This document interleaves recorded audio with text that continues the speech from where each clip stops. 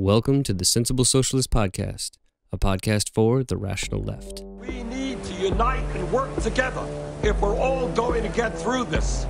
Sounds like socialism to me. The amount of people I see talking about socialism positively is actually staggering. Do you think, do you really think that a proletarian revolution is just around the corner in America? Grab your pitchforks and stab your mayor. Your hero, Obama. He's not my hero. How heroic he comes idiot. If Bernie Sanders were president, right, and he wanted to bring the same ideas as for socialism into this country, do you think that we would benefit? Yeah. But I just told you Venezuela's eating rats. But I just want people to have health care. I don't want, Same thing Hugo Chavez said. oh my god. You people have, worms in your brain, honestly.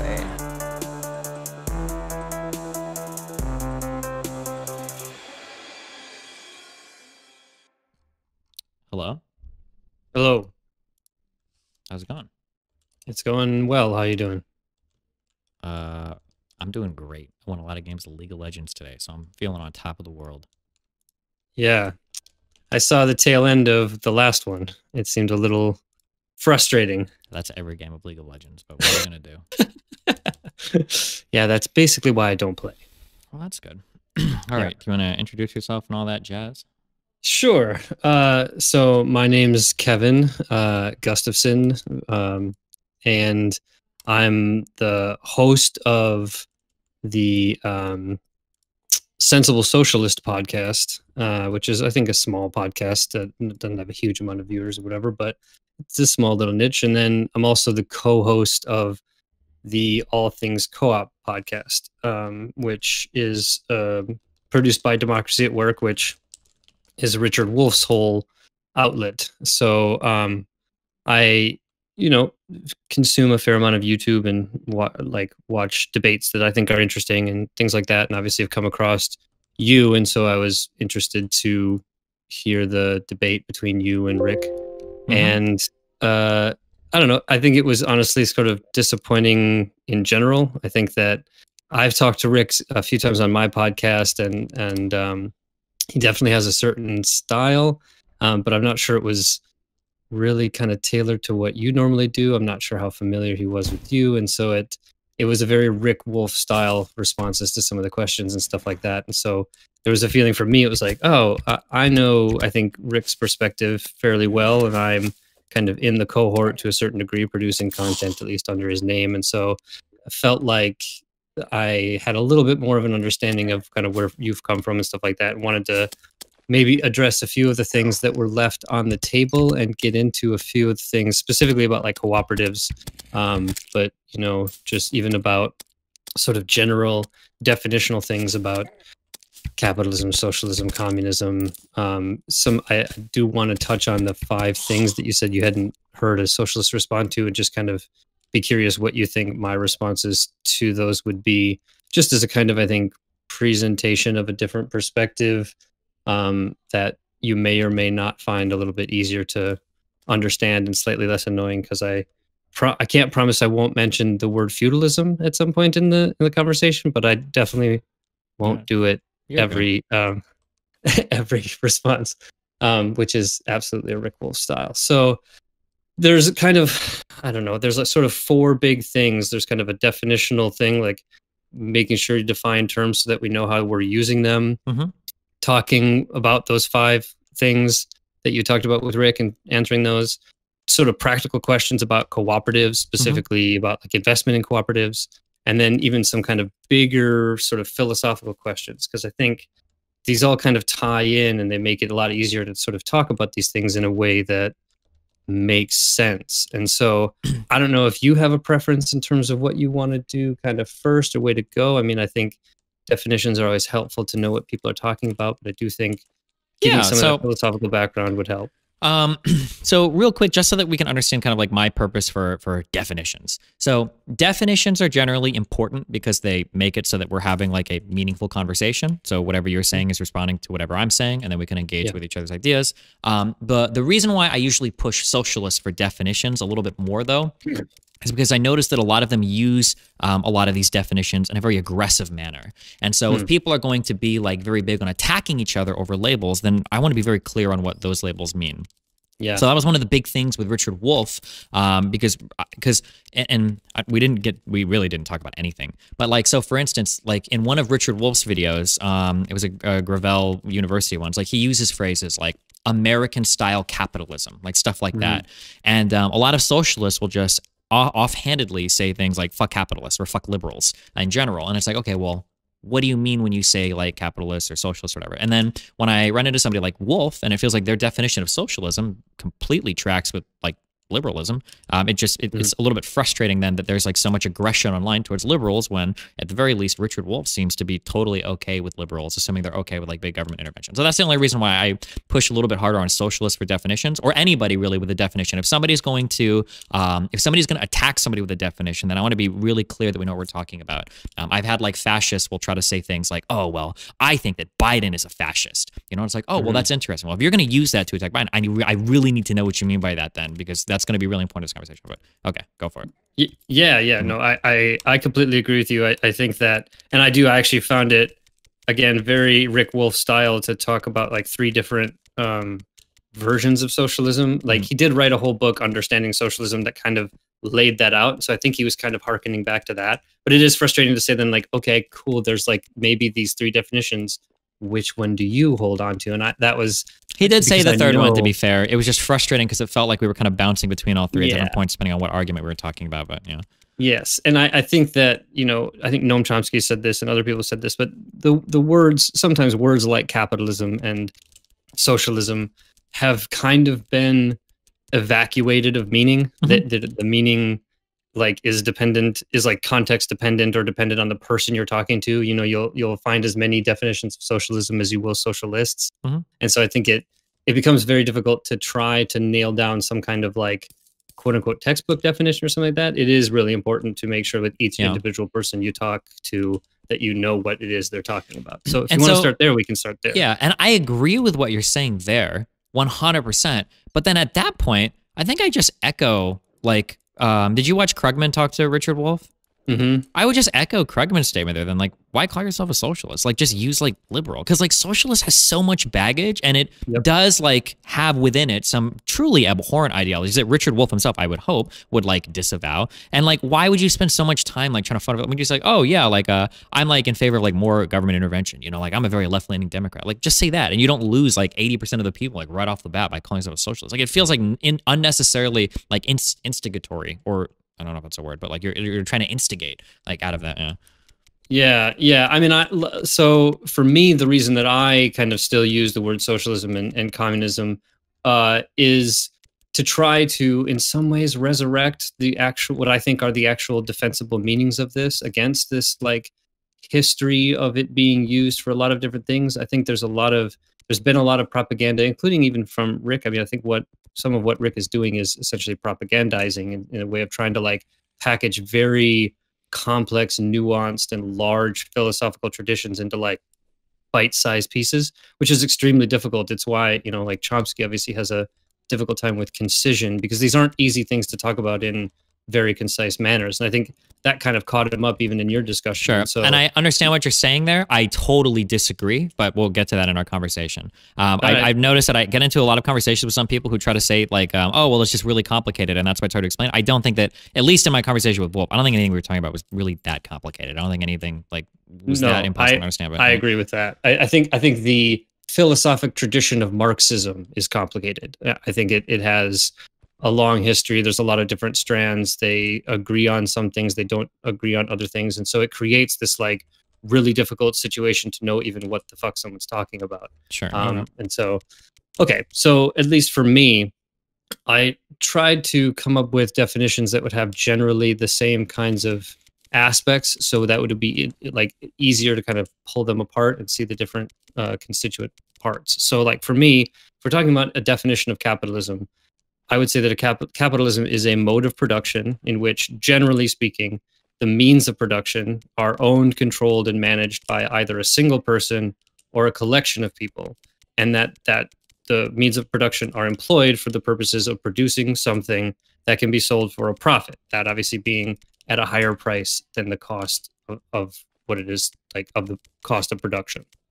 Okay. So that's a very simple definition of capitalism. I don't know what you would include that I haven't included, but I'd be curious about how you feel about that definition. That 1,000,000,000% tracks onto my complete understanding of how like a socialist or anybody would define like capitalism. Your means of production are generally privately owned and managed, and your mode of production is your like part of that is you're generally producing commodities. You're producing things for a profit, not like what's socially necessary or whatever. Yeah, 100%. Yeah. Okay. So I'll just keep going on then.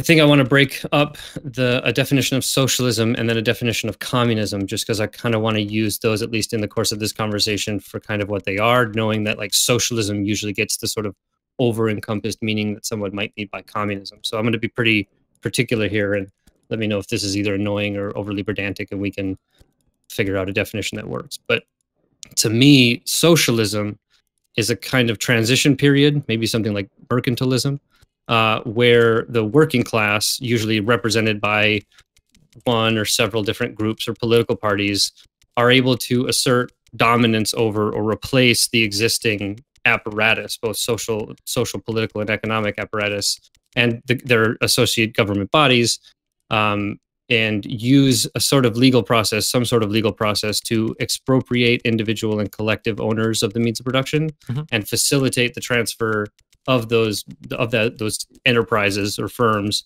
to some sort of employee organizations, one that we might call worker self-directed enterprises or workers' councils or cooperatives, whatever we want to call it.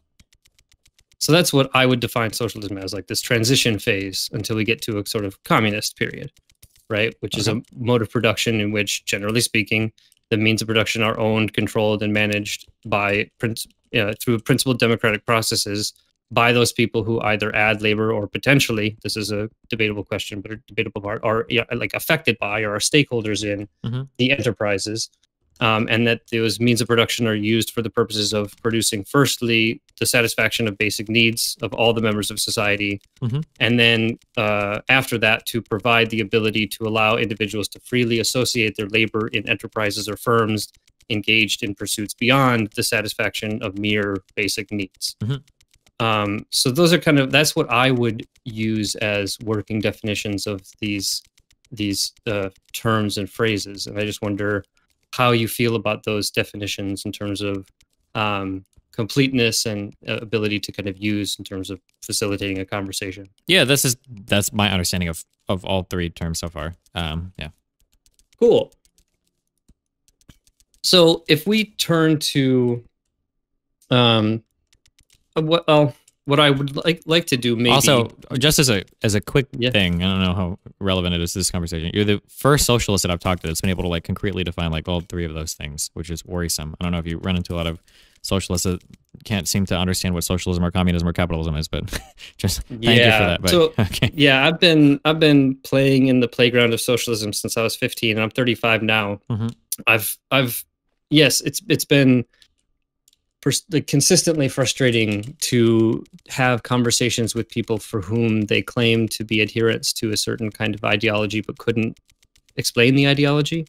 I think that there are, for me too, there's a significant frustration with the number of people who would identify as socialists who are not in any way Marxists. I think that Marxist perspective as a sort of philosophical framework is extremely helpful to understand like the world and how things relate, and much beyond merely like giving you a reason to be pissed off or something like that, which I was for a long time. But like, I think it's really a useful philosophical framework that if you have and understand, yes, you might get a kind of political or social or economic ideology that comes out of that. But in many ways, you just get a perspective on the world that I think is super useful that many socialists don't, I think, genuinely have. And it's difficult. I mean, the guy wrote, 150 years ago in a very, European continental style.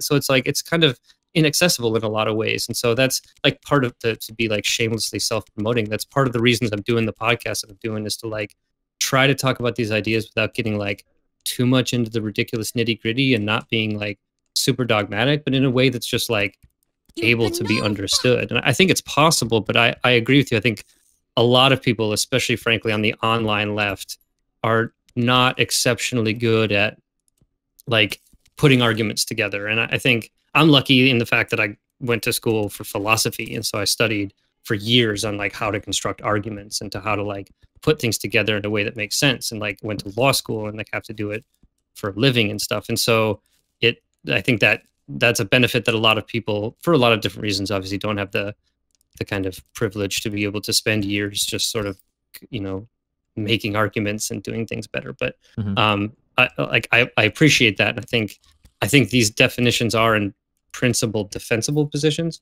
So it'd be interesting what, you know, where we disagree on them. But I think it would be helpful for me. I know that I've heard enough of you saying, like, your perspective. You said this in your opening when you were talking to Rick, was when you think about economics, you don't see it in a moralistic framework sort of at all. Like, I'm not sure if you see it as value free or how you kind of understand or would be able to equate one sort of economic system compared to another. Like, what if there aren't values, or if we're not sneaking in values, which I don't want to claim that you're doing, what is it that you would use to judge one kind of economic system over a different economic system in terms of just evaluating them? So for I consider like a lot of economics descriptive.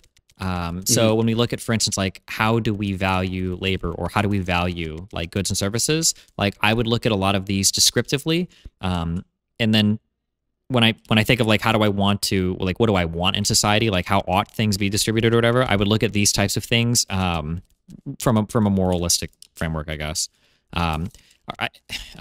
Okay, so what is your philosophy background? I mean, I studied mostly 19th century German philosophy. Whoa, so what does that mean? Are we talking like Kant Hegel, shit? Marx, Nietzsche? Okay. Into like Kierkegaard, and so sort Gotcha. of Hegelian philosophy mostly. Okay, so then I think technically then, if we're like super philosophy bro, and I think technically what I just said doesn't really make sense, because you're going to have some normative claim. For instance, when you tell me how do you evaluate what's a good economic system, well, technically you can't argue that like this is better than this without introducing some aspect of morality, right? Sure. Yeah. Okay. Some value claim. Sure, for sure. I understand that. So okay, so if we're gonna get that deep into it, so the value claim that I look at is more just like what like is the most efficient way. Have you ever heard of the term like a Pareto efficiency? I might be pronouncing that incorrectly. Sure. Yeah. Yep. Yeah. So like what is like the most efficient way to allocate like capital in society in such a way that we like maximize the efficiency of our economy is basically kind of what I look at for any economic system. I realize that type of allocation is probably going to lead to a lot of inequalities. And then for anything that exists that I don't like, so like say you've got people that work and can't afford healthcare or housing, those things you would seek to alleviate with government policy. That's like the mode of analysis, I guess I would say, I take when it comes to like economies and governments. Yeah. So do you not accept that there's this kind of notion of political economy, that you really can't sort of separate politics and economics in a nice kind of clean way? No, I definitely acknowledge that. It'll just depend on the type of conversation we're having. So, for instance, if you wanted to debate me on morality, I probably wouldn't say that like I believe much in like a minimum wage. If you want to debate me on like the the efficient allocation of goods and services in society or whatever, I probably wouldn't agree with minimum wage. But if you want to talk about like should the Democrats push for a minimum wage in the United States for 15 an hour, yeah, of course, because the political capital is really important. I think that people probably feel better with a 15 an hour minimum wage for a whole bunch of reasons that might not make economic sense, but might make sense in other ways, if that makes sense. So I do agree that you like people don't divorce all of these things intrinsically. Yeah.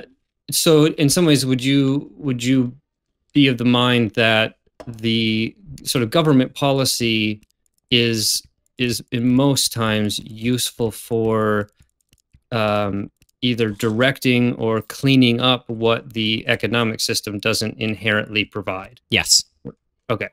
So I mean that's standard sort of liberalism, right? The idea that there's a recognition that there are things like market failures and perverse incentives and all those kinds of things, and that you accept those because of the ability to be efficient and deliver, I would say, commodities and services to a sufficient degree that you would be willing to accept the sort of problems of capitalism, so long as you have a working government that would be able to alleviate as much as possible those problems. Exactly.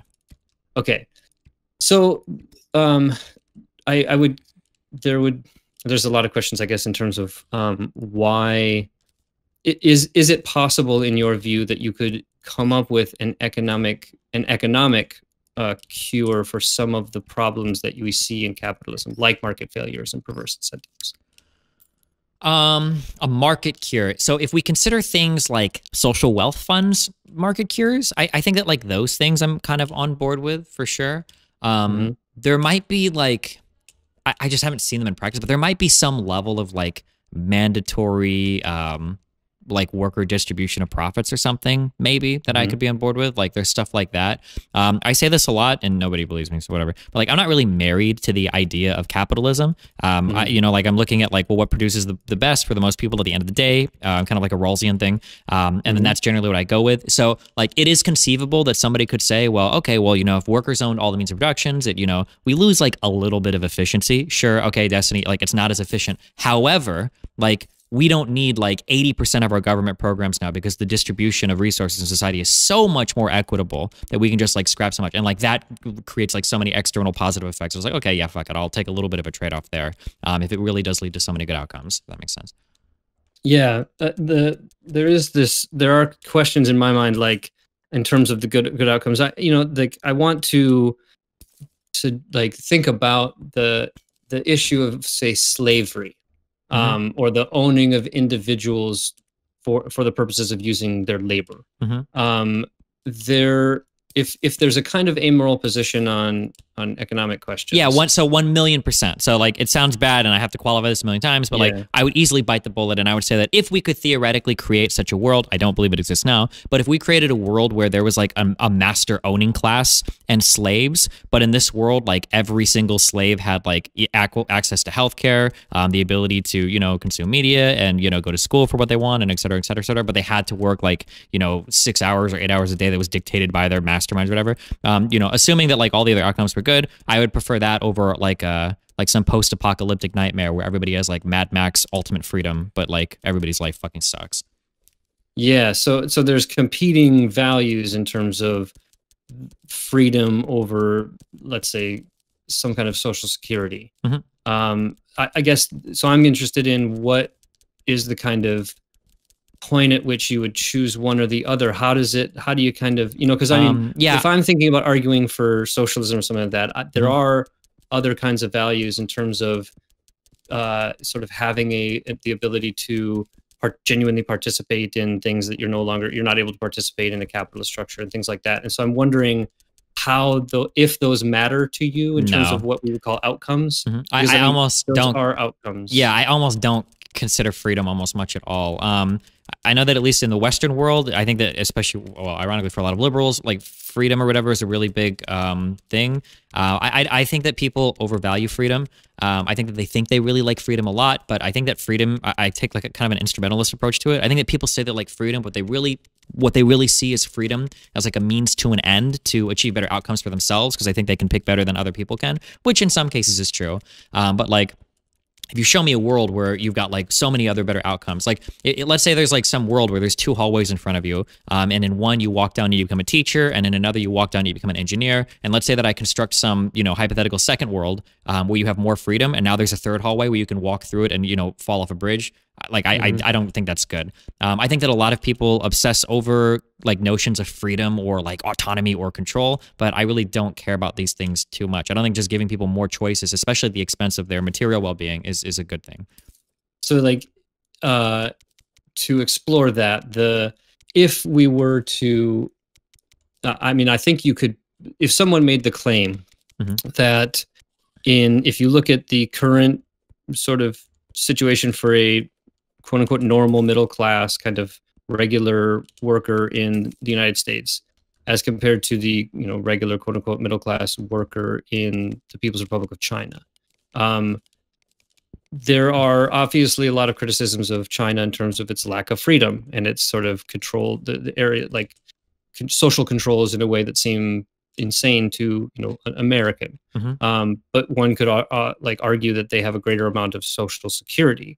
would like if that's the measure, would you in that sense would have to say that the situation in the People's Republic of China, at least for that individual, the sort of middle class person, would be better?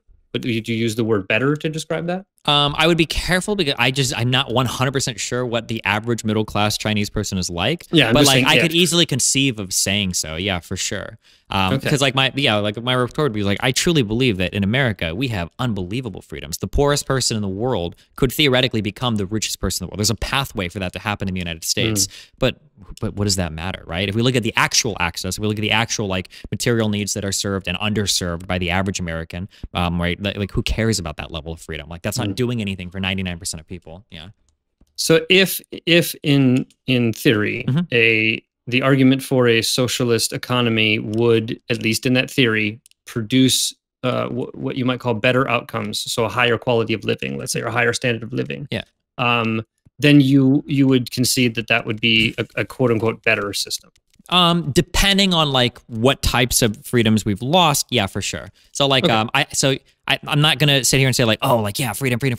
But if we're talking about like a world where like every single career and everything is forced upon you, and you're not allowed to watch anything but like state-approved media or whatever, like there's going to be some level where we've lost freedom that's actually inhibited our ability to make choices that would genuinely make us happy. If that makes a sense. Yeah. Right. So in some ways, there's a difference between the Democratic People's Republic of Korea and the People's Republic of China. They're not maybe, one has less freedoms than the other. Yeah. I said, like I value like people's ability to live good lives at the end of the day. And I think that freedom can be a useful proxy for that sometimes. So like I have the freedom to choose like generally what I want to eat, which I think like can in some ways enable me to be happier. I've got the freedom to choose media, blah, blah, blah. But like if, say for instance, like all of that was provided to me and I never made a choice, like maybe I wouldn't care as much. But if you're taking away like every choice you can make and now you're stuck with shit that you don't like, okay, well now we've got a problem. Not necessarily because we've lost freedom, but because we've lost like things that would have otherwise made us happy that we no longer have access to. Yeah. Yeah. Okay. Gotcha. So that's all very helpful, I think, in one, answering the questions, but also trying to, like, there is a part of me, it's very kind of easy, and I think a cop-out in many ways to go the moralistic argument with socialism. I think that you can kind of easily, I mean, there's a standard argument that I would say to someone who is more moralistically inclined, that would be something like the nexus between chattel slavery and wage slavery and the need to get rid of both. But like, if that's not important or convincing, I think, to you, then it's not necessarily kind of to make. But I think, so for me at least, just to kind of at least paint the whole picture, I do think that there are moral arguments that one could make about the failures of the current system, the social consequences thereeof. I think we should talk about that. Okay. The difference between like wage slavery and slavery. Sure. Do you have you ever heard of like in like ethics? Have you ever heard of the term compatibilism? Yeah. Okay, so I'm going to give you my understanding of it because I could be wrong because I don't have a formal background in this. Sorry. So my understanding is that like if we look at like, if we've got a spectrum of like free will is on one side, we can make decisions free of causality and it's awesome. And then on the other end, we are stone cold determinists. We're like, okay, well, truly you make no decisions. Everything is antecedent causes and you have no free will at all. We have this area in the middle where we're like, okay, so maybe determinism might be real, but like in order to have like meaningful conversations about ethics or morality, we're going to kind of have to make the assumption that that like different choices mean different things. So like somebody holding a gun to your head is going to be a lot different than, you making a choice otherwise, even if we do believe determinism is real. That's kind of like my understanding of like what a compatibilist would say that we can talk about, right? Okay. So I would argue that I think we need to do different things with the word slavery, because because if somebody is going to say like wage slavery exists, and we used to have chattel slavery, now we have wage slavery. It's like, okay, well, if we're going to use the word slavery that way, I'm going to argue that we need to look at it differently, because at that point, literally every single society is going to employ some type of slavery, because even in an ideal communist utopia, you're going to need people to work, and if they don't work, they're not going to get food or something, right? There has to be some buy-in there, I would imagine, right? Yeah. I mean, well, I would be more like just fine using bondage. Would that be better? It's still pretty loaded, but okay. Yeah. Okay. I mean, I'm not, so like I kind of like to deload it. Yeah, sure, I understand. I guess I look at it as kind of like almost like a social contract kind of thing. Like if you, so this is how I justify paying taxes, even though you didn't consent to being in the state. It's like it doesn't matter. In order for society to function, we need to have a buy-in to it. We need to pay taxes to keep everything running. You benefit from it whether you like it or not, and this is kind of your obligation. You need to work. You need to participate in society. Now, if we want to call that slavery, because if in a capitalist society you don't work, you don't get fed. Fine, we can call it slavery. But in any type of society, communist or socialist, like people are gonna have to work, right? Like, yes, yeah, yep, yeah. I mean, I definitely think that I would not, consider myself a utopian. I mean, I definitely do not think that that a movement towards communism, as I defined it, would be free from error or free from the vicissitudes of human interactions. And I mean, I think that there's a lot of things that would orient the development of how something like this would happen. I think that's how you see what happened in the 20th century with some of these sort of experiments in trying to do this, and the consequences of their both, like, they're just historically, socially, economically, and politically contingent. Sure. That you can't really divorce actual developments in the world from the way, like, the world as it is. So it's not. I would shy away from, like, even some kind of claim of utopianism. This is, for me at least, an attempt to figure out what are some of the problematic aspects of capitalism, and you can do that from a moral lens, or you could do that from a kind of strictly amoral lens, basically. But I think so if you're doing it from the moral lens, there are questions of sort of like autonomy and democracy and some of these value-laden aspects of what it means to meaningfully participate in society and in culture and at the workplace, I think matter. Sure. But I think in for your case, if it is more about the kind of nuts and bolts of what are some of the economic issues that cause capitalism to have, in my view, insurmountable issues, what kind of system can we create that would fix those issues that are not resting on merely moral principles, but are resting on sound economic principles as well? Yeah, I mean, it would seem to be that, and it's hard to say because I don't know who does it, unless we point to like Scandinavia, like some form of capitalism with very, very, very heavy government intervention, with some type of like central bank pumping up the economy and everything. Like, seems to be. I mean, China. That's how I mean, I would define China as that. I mean, China's a little bit differently though, because China has like a lot of like the government kind of like in a single mind runs a lot of the enterprise there. Like, I guess as of the last 20, 30 years, they've opened up more to like external investment, but the government is kind of like the main owner of a lot of the capital in China, which I think is a bit different than. Sure. Yeah. I mean, it's definitely different. I just do think, I mean, like, this might cause a disruption or whatever, but I don't care. When I look at, like, when you had like your opening statement with Rick, and there were part of the argument that you were making was like, look, there have been socialist economies and they didn't work very well. And I think specifically the Soviet Union. And I mean, I studied the Soviet Union for like my grad school work, specifically like the bureaucracy of the Soviet Union, and the sort of got like really deep into the history of the sort of Russian 19th to 20th century history. And I think it is slightly simplistic to sort of say like the USSR was a socialist economy and that socialist economy didn't work, and so therefore socialism's got some particular problems. I think if you look at the Soviet Union, what you really happened for a number of different, again, historically, socially, politically, economically contingent reasons, is that you got to a level of kind of state capitalism in a state that desperately needed massive development, and never moved beyond a sort of state version of capitalism. Because in my definition, if your means of production are owned, controlled, and managed by either a single person or a collection of people, that obviously can be a single owner of, like, a gas station or something, and it could be of the single owner of a factory, or it could be a corporate ownership structure.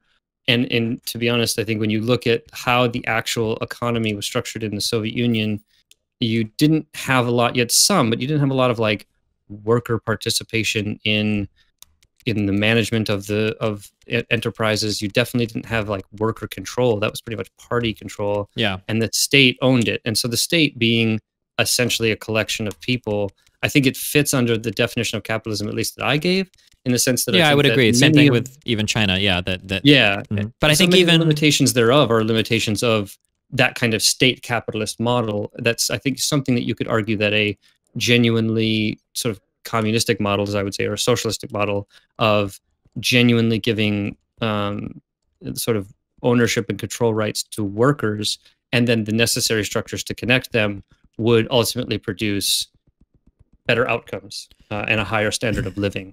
It's possible. I just haven't seen it anywhere yet. So it's really hard to make that determination. And the big problem that I have is that I don't really have a problem.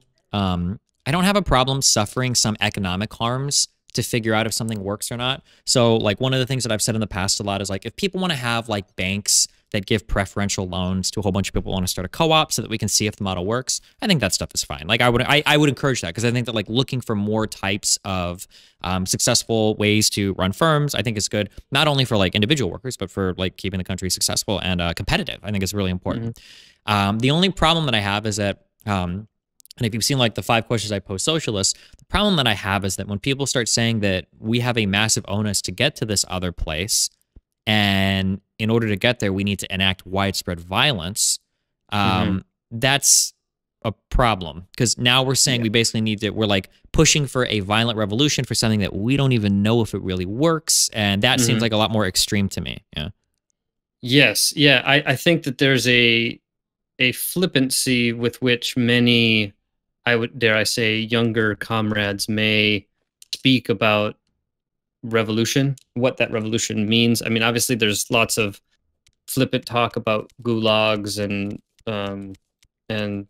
you know, guillotines and things like that, and I think some of that is, you know, all in good fun, and some of that is frankly highly problematic. And so I agree with you. I think so. I'll just like segue into these 5 things to kind of bring that to hone on, you know, on this, because I think it was I'm surprised that nobody has given you a sufficient answer to some of these questions, because I think these are in some ways fairly straightforward. So I hope my answers will at least be digestible enough that at minimum, like at least somebody's tried to answer these.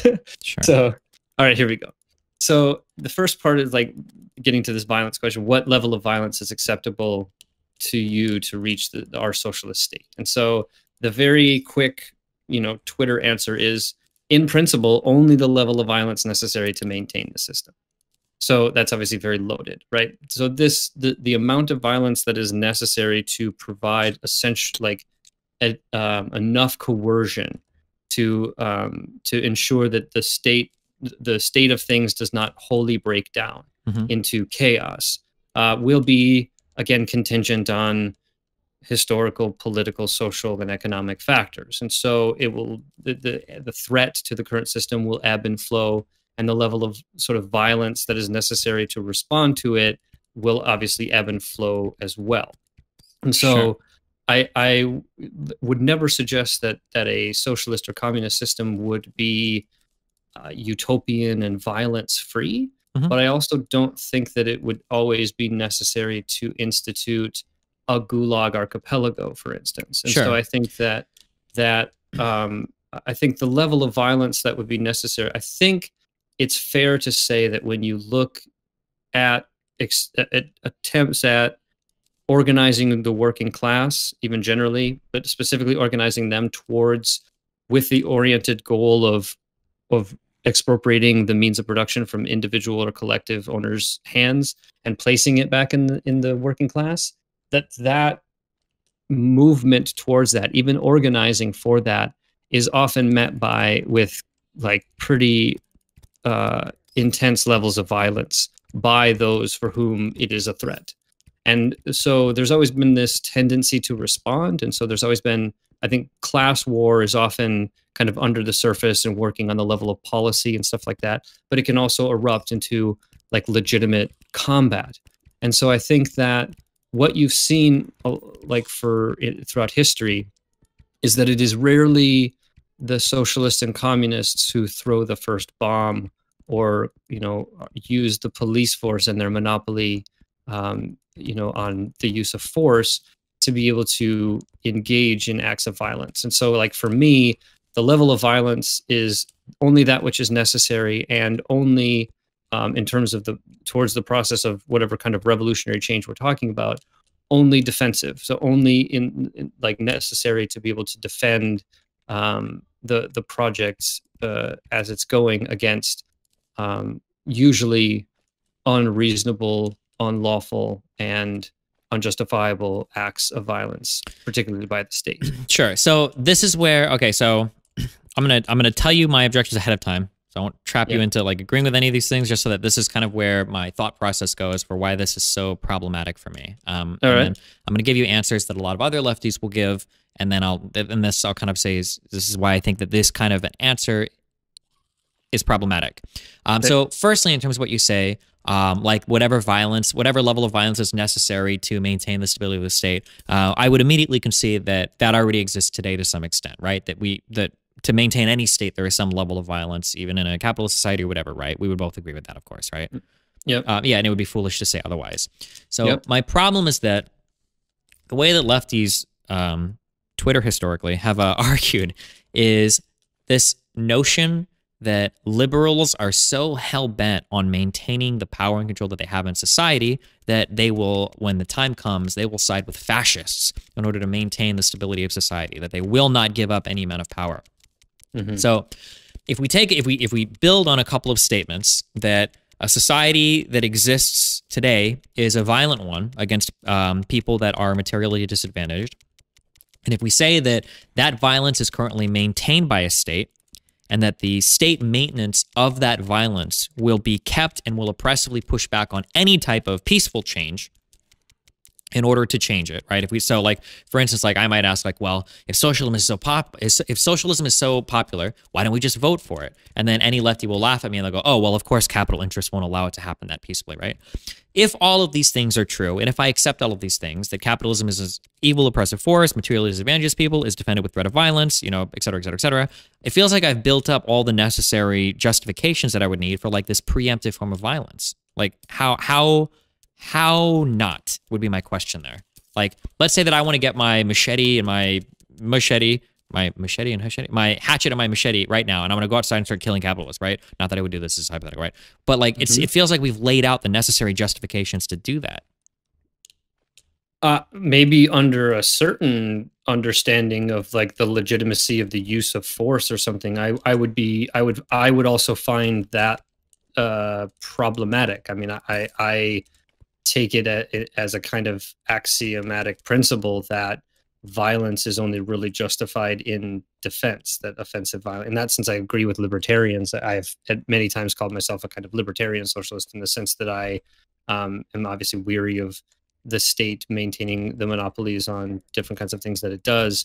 And I would find the notion that that there already exists sufficient justification to quote unquote defensively, you know, I mean, this is the argument that George Bush used in 2003 for invading Iraq, this kind of proactive defensiveness or something, right? I think that it is ultimately justifiable. And so if I were to hear somebody suggesting that acts of violence, you know, terrorism, say, is justified based on the already existing levels of oppression against the working class or historically marginalized groups or whatever, that would the response to that would be a kind of attempt to have a calm pat on the head and say, like, we need to make sure that we understand, we have a good theoretical basis to understand what's actually going on, why it's going on, and how to fight it. Sure. So and then I think that, you know, this is a long tradition in like specifically in the Russian context. I mean, there was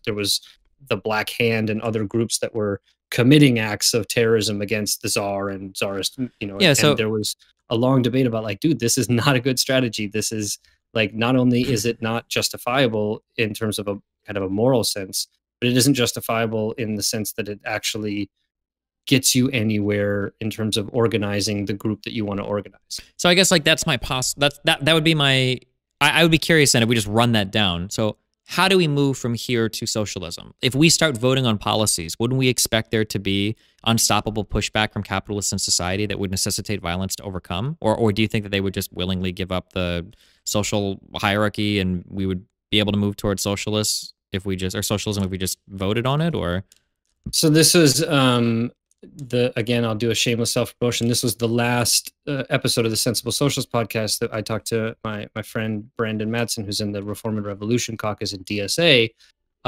who we had a discussion on the like Leninism, whether or not it's really relevant today. Mm-hmm. And I think if you're the process of getting to the kind of a socialist, let's say a socialist transitionary period, is going to be different in different places. Again, like this whole perspective on Marxism is the focus on and the insurance that you take into account the historical, the social, the political, and economic contingencies of the different places that we're talking about. So not every path to socialism is exactly the same. There is no recipe towards getting there. It is going to be significantly dependent on the situation that you exist in. So if we have to narrow it down to say the United States, what is a possible scenario in which this could happen? Well, let's take a legitimately realistic example. You have a large self-described socialist organization called the Democratic Socialists of America, who for a long time were a sort of left wing of the Democratic Party. But through their growth and a change in the kind of direct ideological direction, there was the desire to kind of create it as its own independent party that would be a kind of workers' party. And either it calls itself the Workers' Party or the Democratic Socialists of America, it doesn't really matter. Mm-hmm. But that you engage in this kind of political party. This political party is not like a political party that we see in something like the Democratic Party, but it is a very comprehensive, holistic, or European-style social democratic party with different kinds of clubs and different committees and different things that do a lot of different things aside from just getting people elected, which is basically the whole goal of the Democratic and Republican parties, is to collect a bunch of money and to get individuals of that party elected. Mm-hmm. So you have this organization that is doing a lot of different things. And so it is simultaneously vying for the already existing levers of political power in terms of elections and trying to get elected to Congress and even potentially presidencies and governors and things like that. It's also doing important groundwork in terms of connecting mutual aid organizations and providing a kind of level of actual on the ground help to people who really need it, such that those people who are seeing the consequences of the failures of both, I think the consequences of capitalism and the failure of particularly the United States to alleviate things that other places have done through social democratic programs, you'd fill this kind of gap and you'd get a group, you'd organize people towards this perspective. Sure. So you also then engage in a policy of expanding and making sure that there is actually the kind of future firms that you want to see. So you invest a lot in helping to create cooperatives, networks of cooperatives, you create these like center anchor institutions and then cooperatives that serve that anchor institution. So you develop this kind of like alternative economy in a sense that is founded on a different principle in terms of who owns, controls, and manages the means of production. Sure. And you kind of do that within the context to the degree that you can within the current paradigm. And you do as much as you can in that, hopefully growing that as a way of getting revenue, but also, being able to grow and being able to provide people on the ground experiences in actually running, managing, figuring out some of the problems that exist with co-ops and doing all of this kind of exploratory work that's necessary. So this large organization is doing all of these different things, and it is in the course of doing so challenging the existing structures and those who benefit the most from them. And there will be differences in the approach in terms of the response to that.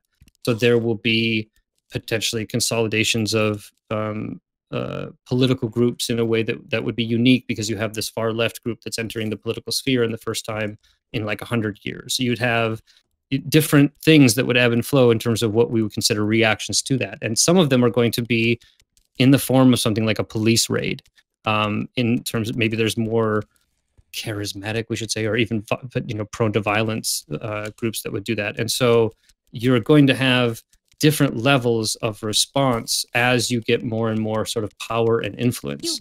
And I think the debate that I was having with my friend Brandon was that I envision a situation where you could more or less consolidate enough power and get enough people like military organizations and even police to be able to protect the people who are trying to institute socialism, in the sense of beginning the expropriation process and building up worker cooperatives to take over businesses.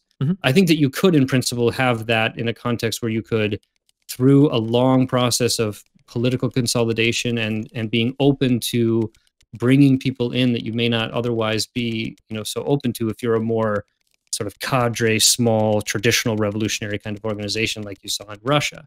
And so I think you could, in principle, have a slower process of quote unquote evolutionary change that would at some point necessitate a break in which you would actually create the expropriation model, where you would say individuals no longer have, everyone's shares are no longer valid and all this, and that would be a kind of revolutionary change moment.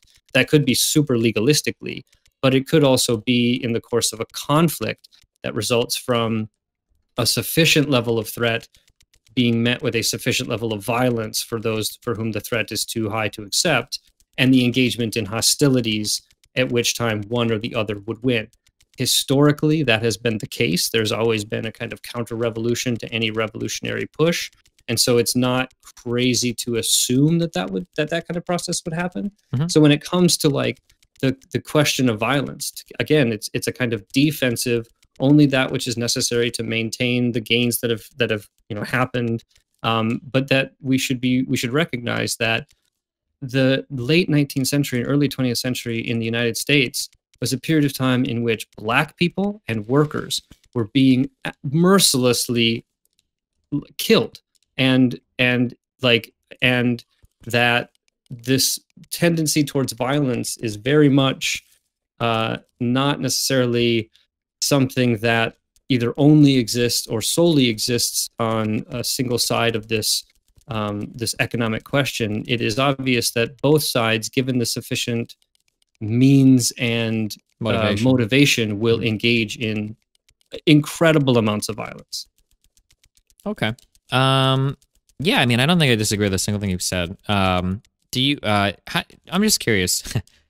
You use the phrase mutual aid. Do you find that most people use that phrase similarly to how you just used it? I like your description of mutual aid. I think is very good, and it's the one that I'm more familiar with. But it feels a lot when I hear people say mutual aid. I feel like 99% of the time people say it, they just mean charity. But the idea of what you're talking about in terms of like establishing like kind of these self-sufficient like paradigms that it can exist and like provide people with what they need and people participate in them, they build up these institutions or whatever, that's interesting because, or it's not interesting, but like it's how I like understand like mutual aid is supposed to be. But I find that when so many lefties and people on Twitter talk about mutual aid, they are literally just talking about charity, which is kind of strange to me. That's kind of like not really too related to what you're saying right now. Twitter is not always the best place to get good, nuanced, and thoughtful discussions about important topics. And I think nowhere is that more true than discussions of leftist politics. I think that Twitter is where genuinely deep philosophical left ideas go to kind of die. And so that's frustrating because that's obviously where people are talking and that's where a lot of the discourse is happening. But I just it's organizing and there's little organizing that's being done on Twitter. Let's put it that way. Genuinely organizing people towards actual doing work. And even mutual aid is part charity, but it's mostly organizing. The point of engaging in some kind of project that's going to help people is so that they realize that somebody's going to help them. And when you can identify who's going to help you, those are the people you go to when you have another problem. And so, you can, in principle, if you had a sufficiently organized mutual aid society, you wouldn't have to call the police when your neighbors are fighting and things like that. That you'd have a place to go to. That's much beyond simple charity. That's actually in creating different structures. Because I think that when you're talking about the violence aspect of it, the final ability. This is the point that we were talking about in that podcast episode. Is you need an organization that has historically it's been this sort of dual power situation where in Russia in 1917, you had in existence for a while the Soviets, these workers' councils, these like organizations where individual factories and stuff would send delegates to sit on these councils, and they would make what it amount to like laws, but essentially like decrees that would help organize production and get things where they needed to go. And eventually people saw this as like a legitimate other kind of power structure and other kind of way in which the decisions could be made that, especially for Russians at the time, was a fuck of a lot better than the czarist bureaucracy. And so it's like, all right, yeah, like power to the Soviets. I mean, that was the 1917 cry in terms of the revolution, was all power to the Soviets. Let's get rid of this like provisional government that's not really representing people and keeping us in World War I, and let's go with these workers' councils. And again, because of all kinds of historical contingencies, those workers' councils didn't last long as a genuine organ of democracy within the Soviet Union, but I think that in principle they could have. And so that's again a kind of model of not only worker ownership, control, and management of individual businesses, which I think is important, but also the additional structures that you need in order to create an actual working economy that would organize these cooperatives together, such that it isn't just like capitalism with cooperatives, that you're actually talking about a different kind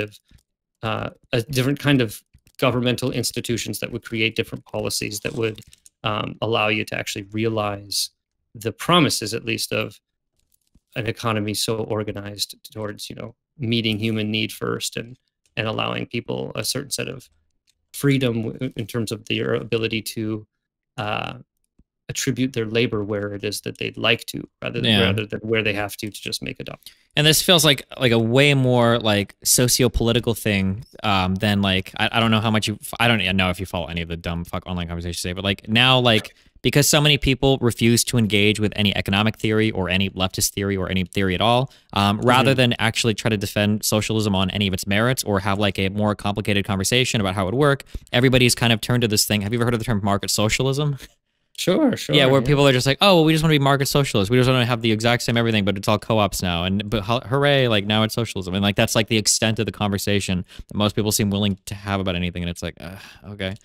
Yeah. I mean, I think that, there's obviously a long tradition of kind of ideas around market socialism, and there's different ways that people have tried to like replicate the market. And there's, participatory economics. There's a lot of different like ways that people have theorized how you'd be able to, deal with some of the real economic questions. But that stuff's difficult. That stuff's hard. It takes a long time to really understand that kind of stuff. But I think that because it's hard, one, you get a lot of like, hot takes and stupid bullshit like that like stand in for actual like theoretical positions.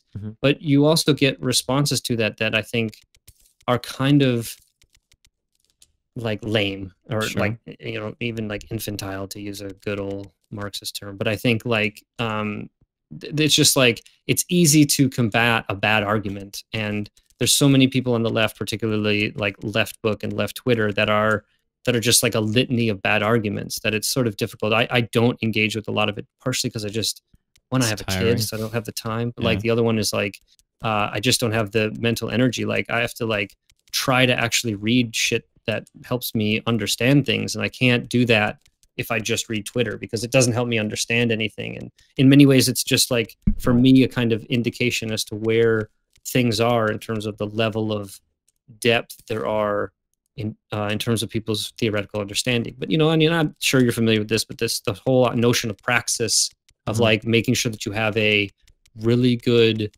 lockdown theoretical position that you can defend, that's defensible, that then gives you a perspective to be able to see what's happening in the world, to be able to make the right decisions about what you're going to do. And I think for me, if your theoretical perspective makes it such that you are going to spend a majority of your time on Twitter dunking on people who make bad arguments, like your theoretical position isn't very good. Yeah. And if there's that is, I think my favorite huge retweet that went out a while ago was, posting on Twitter is praxis. It's like, Okay, dude. It's a kind of praxis. It's a very bad version of it. Yeah. But No, and then to be clear, things can have their place, of course. Like, I'm not saying that like all forms of advocacy online are horrible. Yeah, but like if that's like literally all 90% of the people are doing, it's probably not, doesn't say much for you.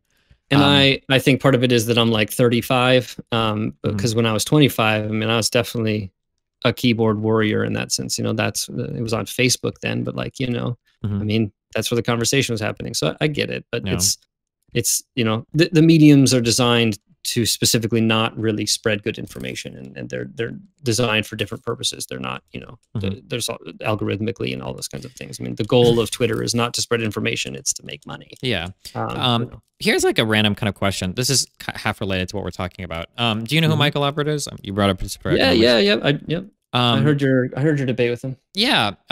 So this is a guy I disagree with so much what he said, but I super 1,000,000% respected that he's one of the few lefties I've talked to that not only does he have a position, he's tried to stake out like really hard positions. Like, this is how I redesign the whole economy. And I disagree with a lot, but you know, props for him for like trying to get something down on paper that we can talk about. He brought up something that I really agree with that I'd never thought much about before, and I'm curious how you feel about it. One of the things that Michael Albert brought up was that he actually doesn't feel like the average worker doesn't like the owner class. He says that the average worker really is has just no feeling about the owner class. But what they're most onerous about is actually the managerial class, I think is what he called them. So if you talk to like the average worker, they don't hate like the Jeff Bezos and the Bill Gates and blah blah blah. They hate like the doctors and the lawyers and the engineers that like they see or interact with more, that they feel like kind of exist on a higher plane than them and look down on them or whatever. I'm just curious, like what is your feeling on that kind of idea in terms of, I guess, like, do you think that would impact people's abilities to see things changing, or would it prevent certain workers from working together? Or I'm just curious how you see that. It's just like a random idea. So in the sort of, you know, Marxist philosophical tradition, there's this whole notion of false consciousness in the sense of, you know, somebody sort of having a kind of identifiable class interest in terms of what their relationship is to production, which is what class describes. And just so everybody understands that, to be really clear, right? In a Marxist analysis, a lawyer and a janitor are part of the same class. Yes. So so long as that lawyer isn't a partner. Yeah, they don't like run the law firm. Yeah, because a lot of people, I see this mixed up a lot, where people kind of colloquially use class as like, oh, like middle class and lower class. So like a janitor and a lawyer, or a janitor and a doctor, these are two different classes of people. But in a Marxian sense, like we're talking the difference between like an owner of a firm versus like a worker. So labor is a particular class. The owners are a particular class. So like a small business owner earning $50,000 a year is part of like the owner class, and a doctor earning $500,000 a year is still considered part of like the labor class, whatever, right? Yeah, I mean, there's a situation where it can be paradoxical in the sense that you could have somebody who is still someone who sells their labor, but who sells their labor for more than a person who owns some means of production can use to generate enough profit. And so you have a situation where like a working class person actually generates more income than a member of the bourgeoisie. There's obviously then differences in terms of like, there's a kind of high bourgeoisie, and then there's a kind of like, they call it the petty bourgeoisie, but the sort of people, you know, people who work at their own business and stuff like that, who are not just like buying other labor in order to generate surplus value. That kind of stuff. And so, the ultimate question about Michael Albert, like, have I thought about, what was it? Like, I guess like worker solidarity, when workers can be so different from one another. Yeah. And so the false consciousness thing. So I do think that there's another, you know, great Italian communist, Antonio Gramsci, who's big even in the kind of postmodernist world, but he had this thesis of a cultural hegemony. And so when you have a ruling class in society, because the bourgeoisie is in general the ruling class, they're obviously more influential and powerful members of the bourgeoisie who are able to impact policy and things like that. But there is a kind of at least ruling class, and there is an ideology that they kind of hold. And this is a, you know, generally pro-capitalist. It can go kind of either sort of neoliberal capitalist, social democratic capitalist, or more like free market, small government kind of capitalist. But in general, this is a kind of perspective of that capitalism is a sort of, in some ways, just a self-justifying system. And so it doesn't take much to kind of accept. And so those people who are able to, in that system, succeed in terms of generating lots of wealth are often seen by participants in that system as the goal. That's what you want to do.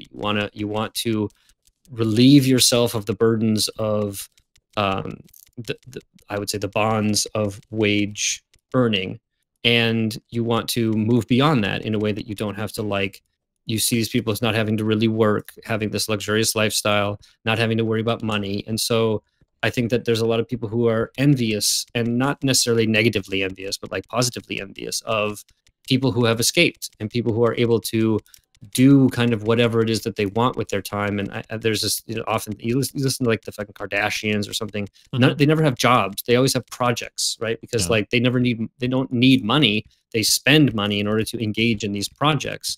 And I think that there's a lot of people like for whom like I just work all day and I don't like have the time to, or the wherewithal to even like engage in all of these different projects. Like that's just too much. So there's an enviousness of the people who are able to have escaped that and engage in this kind of thing. And I think that there's a lot of frustration about the people who actually maintain and prop up the system in the day-to-day interactions in that system. And that is the lawyers, the doctors, the what's called in the literature of sort of Marxism and otherwise this professional managerial class. And there's an attempt to kind of say that this group has a different relationship to production, that like lawyers relate to production differently than janitors. And I think because they're engaged in maintaining the kind of, again, in this Marxist analysis, the economics, the sort of mode of production of individual or collective owners owning the means of production to do so for profit is the kind of economic base in your society. And then there's this whole edifice that's built on top of it that are all like the norms and the quote unquote common sense and all of these kinds of like ideas that are just like built within the edifice that rests on this economic base. And so this cultural hegemony is basically accepted by almost everybody. And so there's a lot of people who I think don't think deeply about the even the division of haves and have-nots. Like either they're too busy trying to make by, or they've gotten themselves into a position where they think, this is like as good as I'm going to do, and it's not the work. Like I'm not living in, like Lagos, Nigeria, or something. And so like I can rest comfortably enough with what I have. Could it be better? Could I design a better system? Maybe if I thought about it, but this is good enough. I think there's a lot of people who feel that way. I think there's a lot of people who, for whom the system feels there's this notion of capitalist realism that just like, this is the way that it is. There's no alternative. And the most that we can do is to try to sand the edges off of capitalism with some kind of social democracy. And so that's why you have like Medicare for all being super popular and Social Security being super popular and unemployment being super popular, because these are ways that you can, that you can sand off the sharp edges of capitalism. But I think that, so yeah, I mean, I think that there's a lot of people for whom revolutionary change doesn't feel necessary. I would just say that I think that if those people were to experience working in a cooperative or having a bit more meaningful participation in their day-to-day life in terms of the things that affect them, I do think that those people would likely recognize that as a kind of improvement on their general quality of life, that is important to be sure that if you want to. Now, if you don't want to and you want to be disengaged, you should be allowed to do that. But if you want to participate, the barriers to entry on that participation should be low.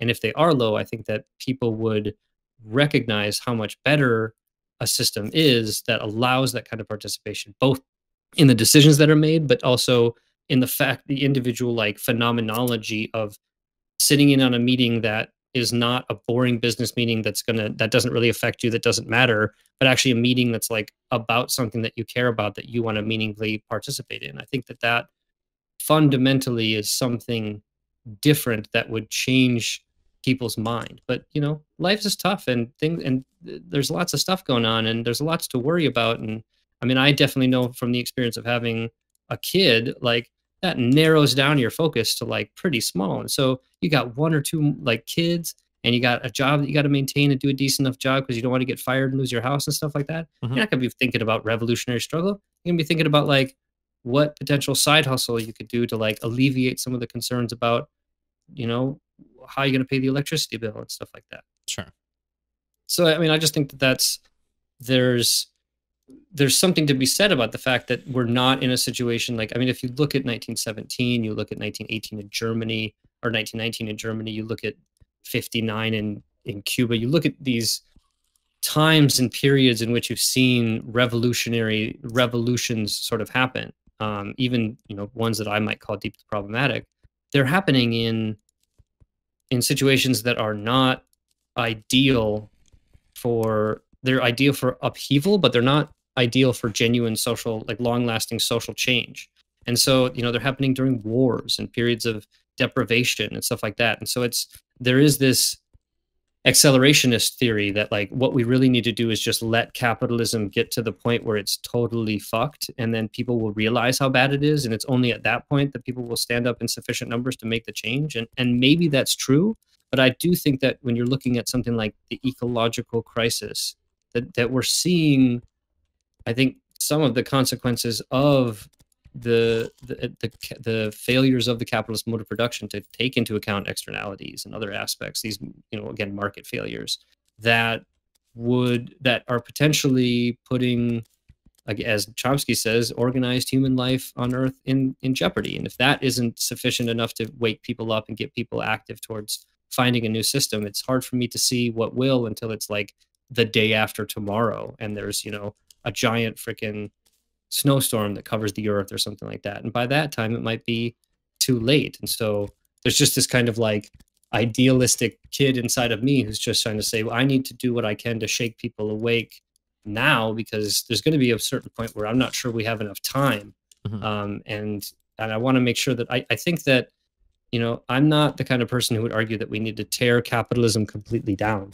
I think that, and I don't think Marx argued that either. I think that what you want to do is you want to use the best stuff that's come out of capitalism, the efficiency, even some of the divisions of labor, even the market in some ways. I like, and this, we can get to that and talking about some of the other things, but I don't totally think that you wouldn't need, or that you couldn't use a market in some really useful way to be able to deal with some calculation problems and things like that. And so I just think that you can be critical of capitalism, and you can be like in favor of socialism and recognize that we're not talking about pulling the baby out with the bathwater, that we're really talking about the kind of improvement that capitalism was to, here it is, feudalism, that this proposed system could be to capitalism. And so there's a cheap way to say it is like, I don't want to get rid of Amazon. I think Amazon has done an incredible job being able to get commodities in front of people and deliver those commodities in a distributed way that's very efficient and very useful. I just want to make sure that how the decisions are being made there are made not by a group of people for whom the goal of their investment and participation is to realize the most for themselves, but to be able to do so in a socially responsible way that takes into account all of the different stakeholders, which for something like Amazon is essentially all of us. And so we should all be able in at least some kind of way to participate in the decisions. And I think that's going to, I would kind of stake my flag on the fact that I would bet that would ultimately produce better outcomes, especially long-term better outcomes in things like climate change and public health and a number of other areas. Okay. That was really long-winded. Yeah, no problem. So idealistically speaking, yeah, I guess I don't, assuming the things happen that you say they would happen in the way they would happen, doesn't seem that bad. Do you want to go, I guess, I'm sorry, I guess I'm kind of curious. Do you want to run down that list of, like, I think we already kind of did question one, I guess, for the other four. I'm curious what you're... I'll do these, try to do this quick. So how do we decide what businesses are possible if we disallow private capital investment? Yeah. So the answer to this question is obviously dependent on who you talk to. So like some people are just going to do that. What Rick talked about, the second definition, just say, look, a bunch of well-meaning government bureaucrats are going to like have these little councils and they're going to decide, and the government is going to distribute all the income. I think that's potentially problematic. Some are going to just have like a market like apparatus that people can maybe, that everyone's given a kind of fixed income, quote unquote, and they can choose what they want to do with that. So like everybody kind of becomes an investor. And that way there's a kind of democratization of what enterprises you generally want and can participate in. And maybe there's, that income is like only able to be invested. And so it's like a capital income rather than, you know, income from something else. I mean, you could do these kind of things. I mean, I think for me, you could easily have a system in maybe this more communistic society where you could have these incubators of, so like these already existing cooperatives that many of them would be transferred from already existing businesses, could serve as incubators for new cooperatives. These are kind of, they would fuel the innovation and provide the investment. And this would be able to be done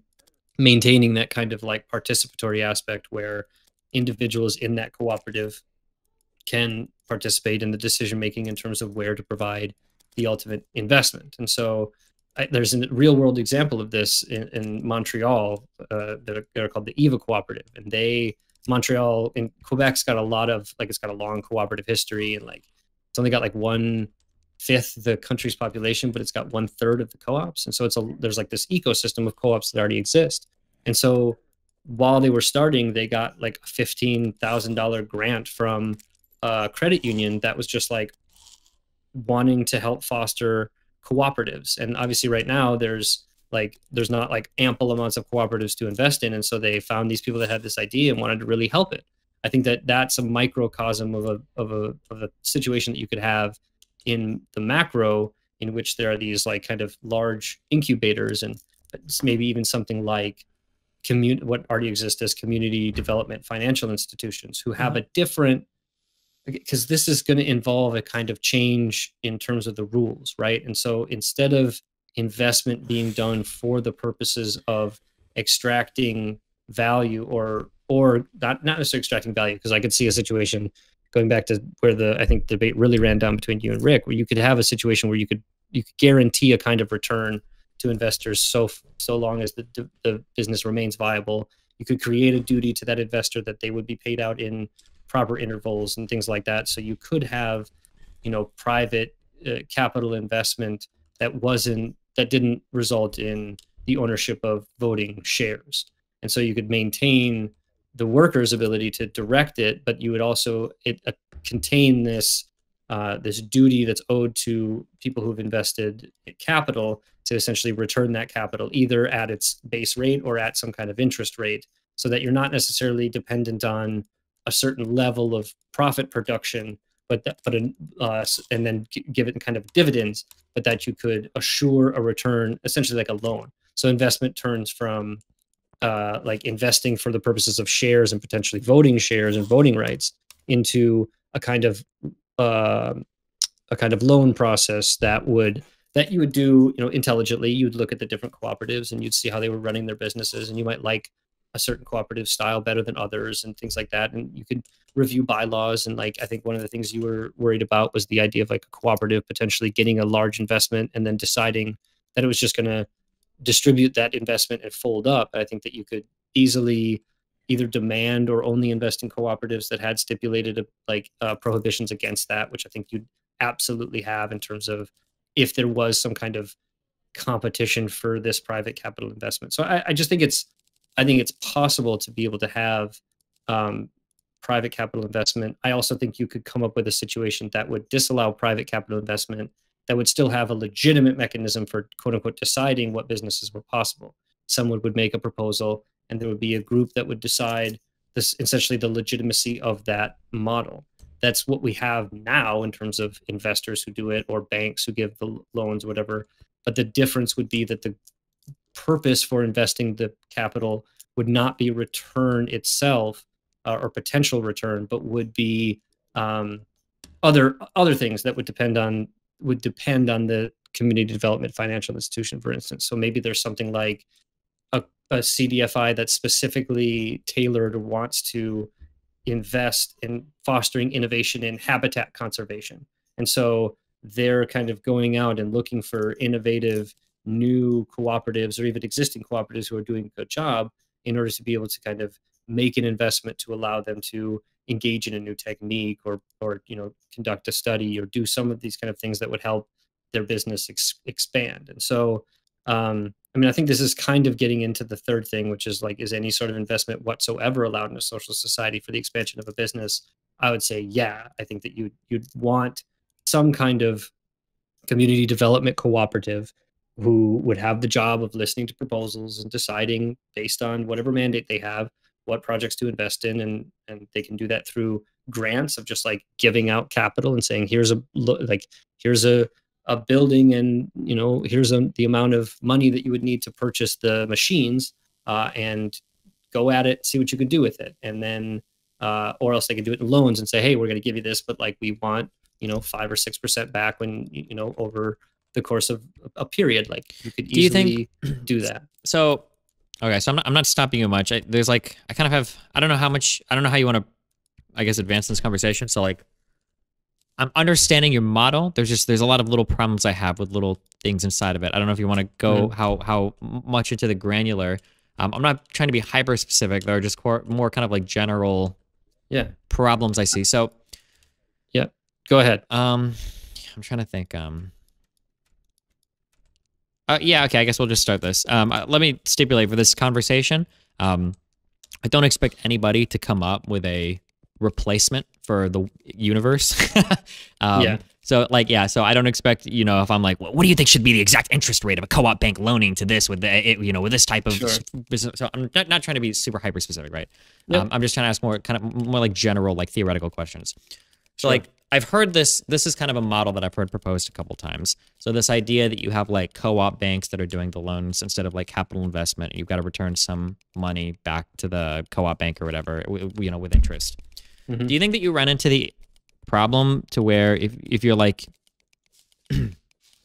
our goal is to create a co-op, and part of what we're trying to do is to get away from this owner model where people are just doing things for the sake of the business and not the workers. Do you think you run into a weird world where you've kind of shifted that owner class onto like basically the like credit co-ops? Does that make sense what I'm asking? Yeah, I mean, I think it would be possible. I think that I think we've seen the even the kind of best high-minded attempts at creating structures have often produced perverse consequences. And so, yeah, I think it's absolutely possible. I think that lesson of history you need to learn is you need to create structures that are able to, as much as possible, prevent that from happening. I think that the goal of participation, the goal of like allowing a diverse amount of people to participate, is in principle and in a principled way. So there are, this kind of principled democracy in the sense that you can't vote away certain rights, and there are going to be certain principles by which they kind of ground it and define the ability to make decisions and the kind of decisions that are made. Mm-hmm. If you construct the situation correctly, I mean, I think I've worked on helping to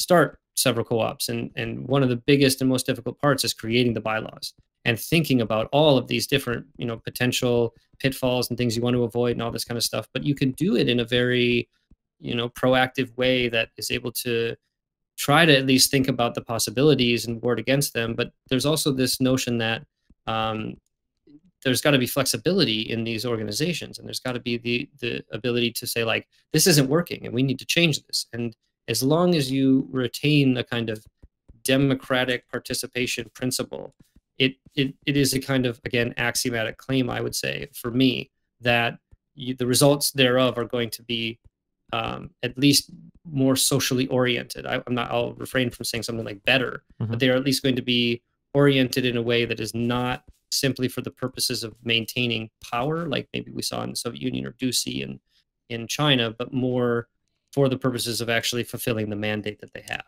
And you have enough people and enough ability to orient those institutions so that they would maintain fidelity with their mandate. Mm-hmm. So, I mean, I think it's possible. It takes work. I mean, this isn't simple, like things will just happen. This is a new process of making important decisions that affect a lot of people. And so it isn't like something to kind of flippantly think about. It's something that you have to like create a good set of rules and a good enforcement mechanisms and all of these things. Again, this is trying to, for me, socialism and the whole project is trying to do liberalism better than liberalism has done historically. That there have been, we can kind of recognize that the promises of equality, liberty, and brotherhood have not been fully realized in a way that we might be able to. And so if we commit ourselves to retaining that and not allowing that to be a kind of pretend ideology that we rest upon and actually fill it, I think that we can. I at least am idealistic enough to think that human beings, if properly motivated, will make good decisions. And I'm just not convinced we're properly motivated given our current mode of production. Gotcha. What are like some, I don't think we're gonna disagree on anything, to be honest. I've said, I know this is not the non-traditional. Yeah. Well, no, it's frustrating because like, it's frustrating because like a lot of the work that I see for people kind of like put, like I actually, don't get too big of an ego, but I often say that like, I feel like I could do socialism better than like 95% of people on the internet that say they do socialism. But I feel like if I was doing that, I would basically be saying everything that you're saying. Like the idea of this kind of like slow churn and burn where you are slowly creating these structures in society that become like capitalism, like you said, like self-justifying, right? Like say you have a neighborhood where you've got like a few guys that you've pegged out that are, you know, good guys you can call for help. And then say you like start to get these small businesses started up that are all ran kind of cooperatively and like you don't need to rely on the police. You've got like internal funding that like when you build these structures up, like you get to a point to where it's not a matter of like, you know, like the point you make about violence, it's not a matter of like, we need to violently overthrow the system. It's more like we need to defend ourselves because we've actually become like so self-sustaining and so self-justifying that now we're facing external pressure, right? Yeah, and I think that like, that's like a compelling idea to me. And like, if it works, I mean, I think you would have to be dogmatically committed to capitalism to not say, okay, well, maybe this is an alternative model that we ought to consider. But it truly feels like, and maybe it's just on my world lost on the internet, like these arguments are just wholly, completely, and totally fucking absent from everything. Like instead, it's like we need to kill all capitalists and murder landlords because they're destroying society like ASAP. And that's like the extent of the conversation that exists when you talk to left-leaning people. And unfortunately, it's not even just like the crazy people on Twitter. It seems to be like a lot of the larger, like I don't know if you consider Chapo Trap House to be like good representations of lefty ideals or socialism, or any of these really, really far left progressives. I don't know if you call them like the Brianna Joys or whatever, and all these other people. But yeah, like this type of talk just seems to be totally fucking absent from everywhere.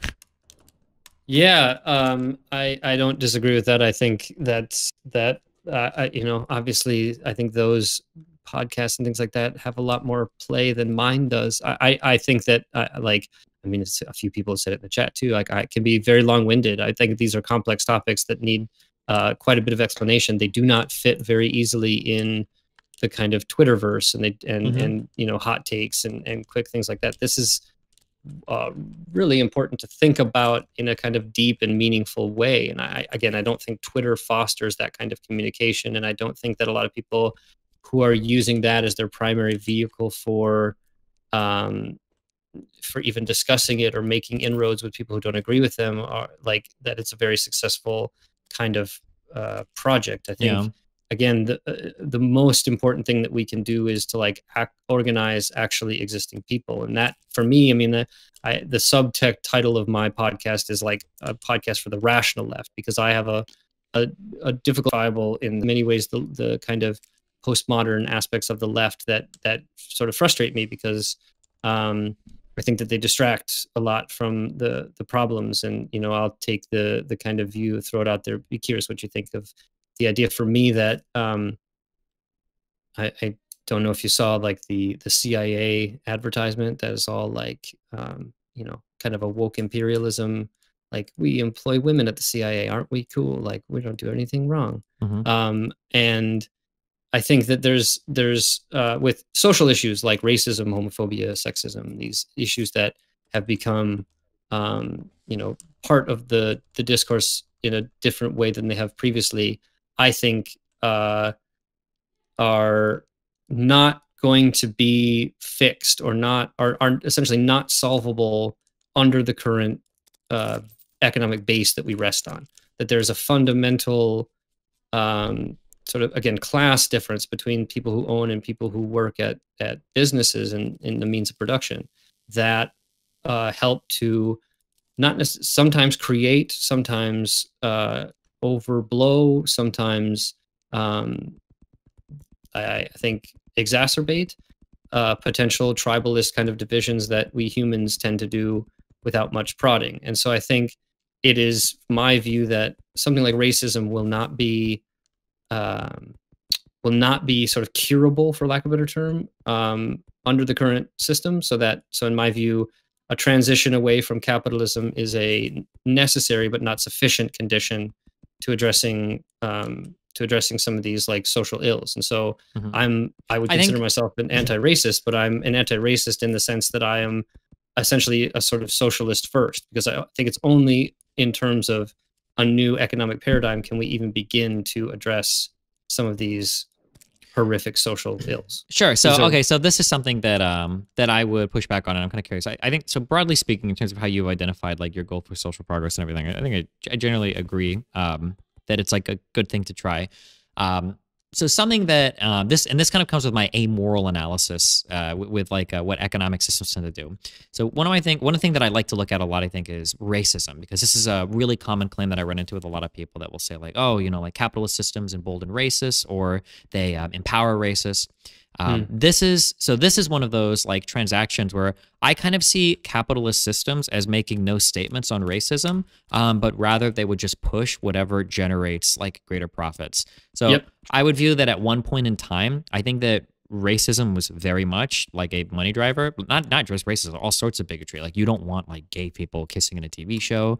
You want to, portray the nuclear family, Christian values, et cetera, et cetera, et cetera. And there was like a great like monetary reward for doing that. You had real financial incentive for that. But I would argue that like today, it's kind of moving, at least in mainstream culture, like pretty opposite to that, to where you have like huge financial incentives to not be racist, but to almost be anti-racist, so to push that as much as possible. And when I kind of look at like racism in society through that framework, right? Where like if you're creating more woke shows, or if you've got more, I don't want to say woke, but more diverse casts, like you get bigger audiences, you make more money. Like it's proven today, even if you hate black people and women, that just having a more diverse company, just period, even without any qualifications taken into account, like actually like confer real revenue advantages onto a firm of certain sizes. Like this is something that's like pretty well documented. Like just diversity for the sake of diversity seems to confer financial advantage on you. So if I look at like how capitalism functions there, and then if I were to also think, imagine if the United States would have been socialist, back in like the 1800s. Like, could I imagine that like worker co-ops there would be like voting away, or that worker managed firms or worker run stuff would be voting away kind of like the white hierarchy in the world, especially when in the 1950s and 60s, you had labor unions fighting back so much against civil rights era legislation and stuff. Go talk about that. I'm curious.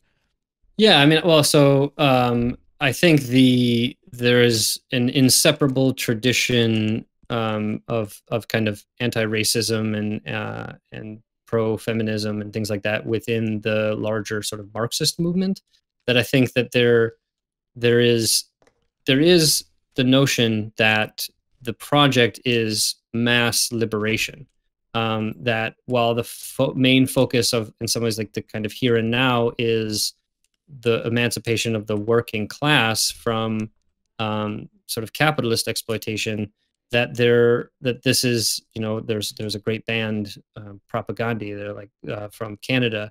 They had like this great line where like, if you recognize one form of oppression, it's much easier to recognize the rest. And so like, for me, I mean, a lot of like, I came to a lot of this through like vegetarianism and atheism, and it kind of, for the frustrations with oppression within the church and then against animals, was a kind of opened my eyes to different kinds of oppression. And so I think I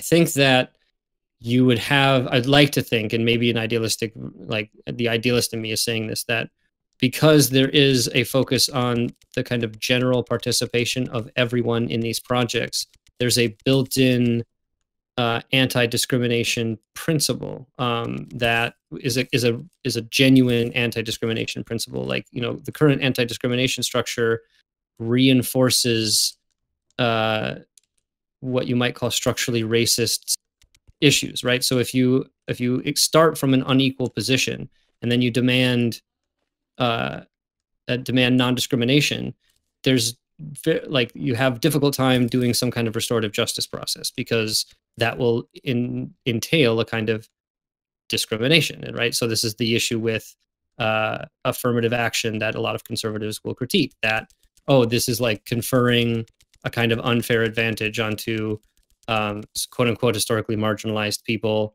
And so it kind of violates the anti-discrimination principle.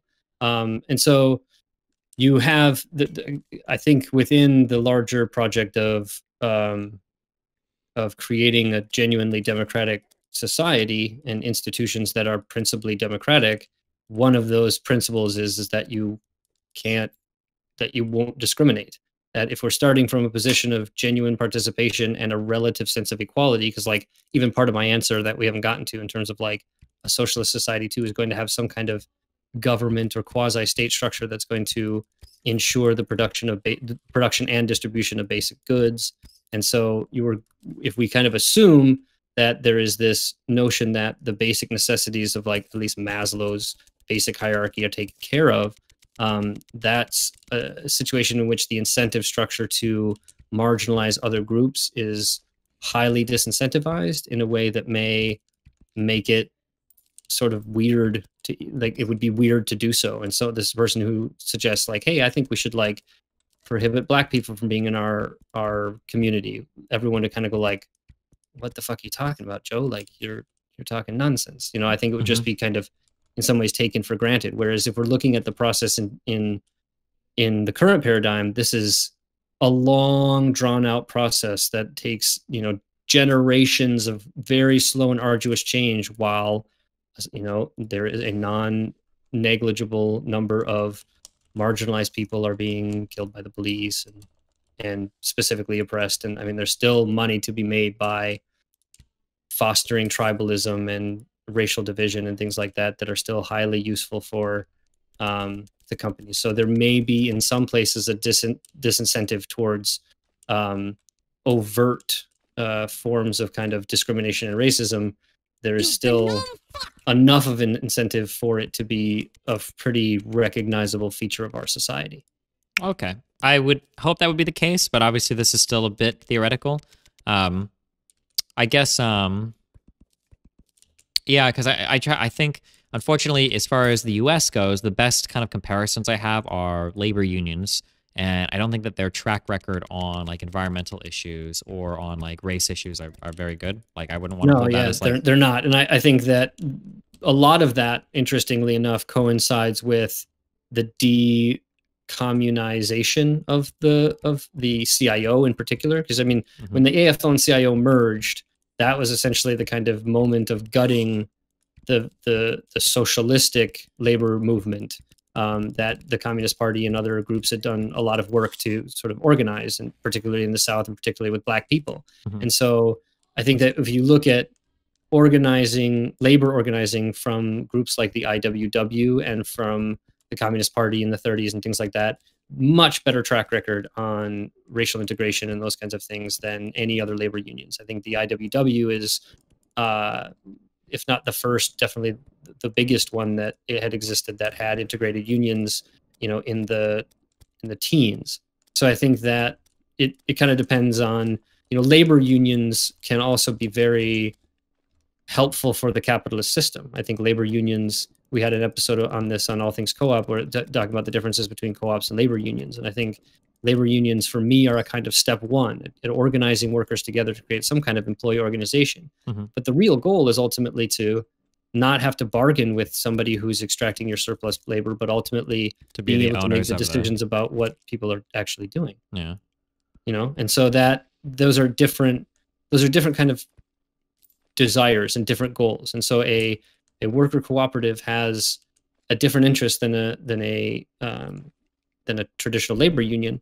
And so the decisions that co-op is going to make are likely going to be more egalitarian, more based on genuine democratic principles, one of which I would think is non-discrimination. And even the notion of like minority rights, you'd want to make it a situation where it might be a majority rule kind of situation, but there are appeals processes or other kind of stops in order to make sure that the majority doesn't, just vote destroy away the rights minority. of minority. I think that these are all liberal ideas that, again, I think that there's too much talk of like just destroying liberalism, and you're not destroying liberalism. You're trying to figure out what's not good about it or where it fails to meet up to its promises, and then finding a way to meet up to its promises. And I think one of the promises that capitalism hasn't delivered on is the equality and fraternity part of it.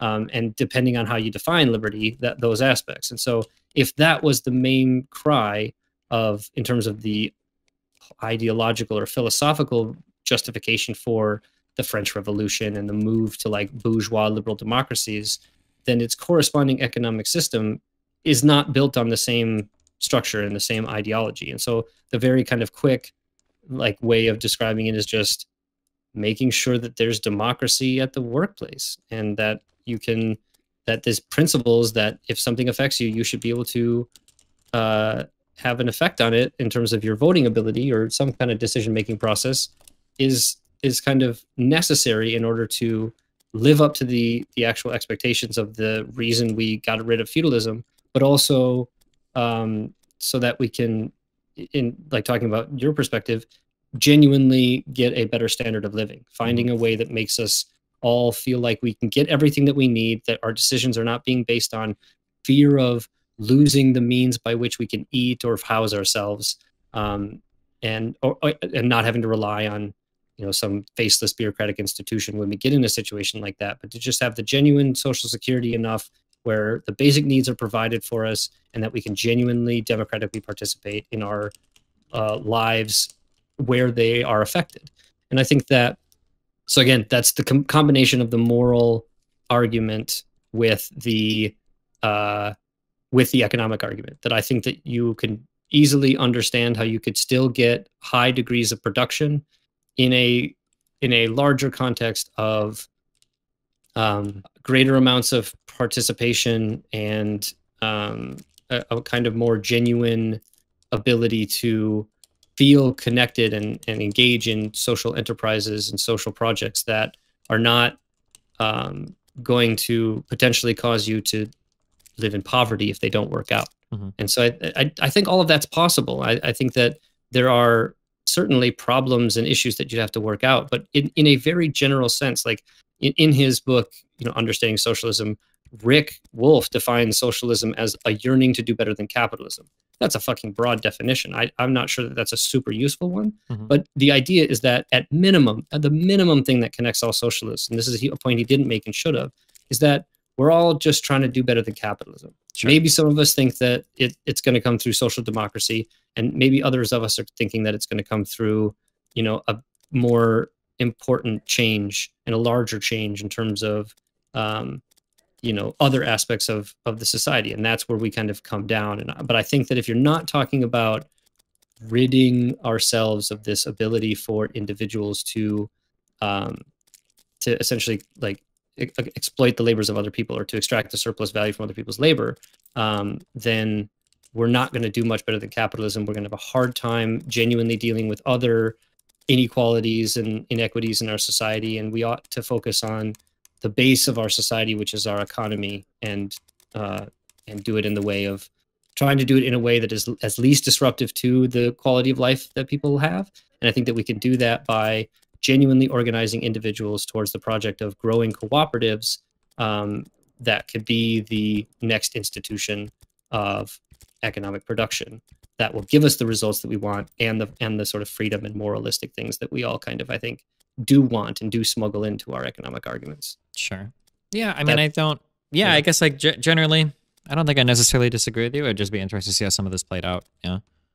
Yeah, and I mean the issue is then I think going back to like the questions or the kind of issues. I mean, labor markets is an interesting question. I think that again in a kind of communist system, you'd have the ability to have a kind of free association of labor. So labor's decommodified; it wouldn't exist on a kind of market. You'd have institutions that you'd be able to engage in based on your kind of interest and need and the level of desire in terms of how much you want to participate. And then when you participate, you're able to have a seat at the table. But obviously, I think some people are going to get really involved in some things and other people aren't. And so I just think the kind of idealistic or maybe simplistic answer to your how our labor market is determined is essentially there wouldn't be one, that you're talking about a different means of attributing labor to projects that don't involve commoditizing labor power, which, I think is fairly... I'm curious. So like, let's say that we were on that kind of vein, like, let's say that we're at like our super idealistic communist society for the jobs that nobody really wants to work. How do you get people to work these jobs? Is there just to buy into the society where you're just kind of forced to like work some jobs you don't want, or? So there's a couple of different ways I've thought about this and that you could do this. The flippant and somewhat easy answer is that we have to understand that we're on the cusp of post scarcity. Well, not necessarily post scarcity. I think there's going to be some things that there's always scarce. Okay. But I think that you're in a situation of automation and technology really unlocking post scarcity in places that it seemed impossible before. I mean, you're already in a system in which overproduction is part of the problem, which is obviously nothing like any other economic system. I mean, the fact that one of capitalism's problems is overproduction is kind of a good problem. It means that the capacity is there. We just have to figure out the best ways to leverage that capacity to provide what it is that we want our economy to do. And I think if you and I agree that the goal of the economy is to create the highest quality of life that we possibly can, then I think the way you can get there is through organizing production that leverages technology to its greatest degree, that also simultaneously gives people the basic means so that the removal of formerly laboring jobs that provided incomes could be automated in a way that doesn't come at higher social costs than not automating it. So, the obvious one is the garbage man or something like that. One, I think collecting the garbage is actually a super important job, and we often undervalue super important jobs. Keep in mind, I'm not talking about like what jobs are important or not. I just mean like these are jobs that people traditionally probably wouldn't want. People don't want. Sure. So many of those will, in my view, be automated by the necessity to automate jobs that don't have a high amount of labor participation. Okay. So there's a kind of incentive structure that, look, like nobody's getting into the like bathroom cleaning business. Like, how can we make sure that this is as automated as a process so that like as few people have to do it as possible? And so your automation push goes from like what can generate the most amount of return on my investment to what is most socially advantageous to filling labor holes. And you can do that, I think, fairly effectively, leveraging technology, especially, I mean, we can like, do base simulations of the fucking universe and stuff on supercomputers and stuff like that. So as the technology in terms of being able to decipher inputs and outputs comes, the idea of like the quote unquote planned economy becomes a little bit easier to do. And we can establish, maybe more basic needs that get filled as part of a kind of quote unquote plan. But that plan is based on inputs and all that kind of stuff. So we're kind of hoping that this is a problem that kind of gets technology away, basically. It's for the kind of the desire for the. It's partially that. I mean, so that's one way. The other way is that you could, and I would in some ways kind of be in favor of, essentially national service kind of institutions. So when somebody turns 17 or 18, they spend, I don't know, 2 years or something like that, 18 months in the social service. And the social service may be jobs that are less sought after, but are socially necessary. And so you have people who essentially get kind of assigned to these roles and experience what it is like to do these kinds of things, get an appreciation for less desirable jobs, but actually kind of fill that social need. That would create a kind of social cohesion so that, you kind of, no matter who you met, you could ask them what they did for their service, and it would be a means of being able to talk to someone, similarly to like conscription is in Israel or other places. so that way you could essentially assign people to jobs for which there is a labor scarcity, and they would kind of quote unquote be forced to do that. But again, it would be under this guise of like social service, and you'd obviously be sufficiently compensated. You're obviously getting your basic needs taken care of, but you'd be, compensated so that you'd be able to participate in what I would kind of propose is that you'd have a non-market conditions for basic needs. So you'd have either quotas or some kind of rationing in order to allow people to get food and housing, and so decommodify some of these basic needs. But then for anything else that is what we might call a luxury item, just beyond the basic needs, those can all engage to me in market interactions. And we can either set up a system where people who are doing the necessary service or the jobs that are engaged in the basic needs economy are given a kind of UBI or a stipend for doing so that is purchased by a government agency or something like that, some kind of holding company that will be a cooperative that could be just buying the goods that are created for the basic needs and then finding the distribution mechanism either via store, direct delivery, or whatever. And then there can be a whole sector of the economy that's like making cool shit and more interesting stuff and airplanes and all this stuff that like not everybody needs.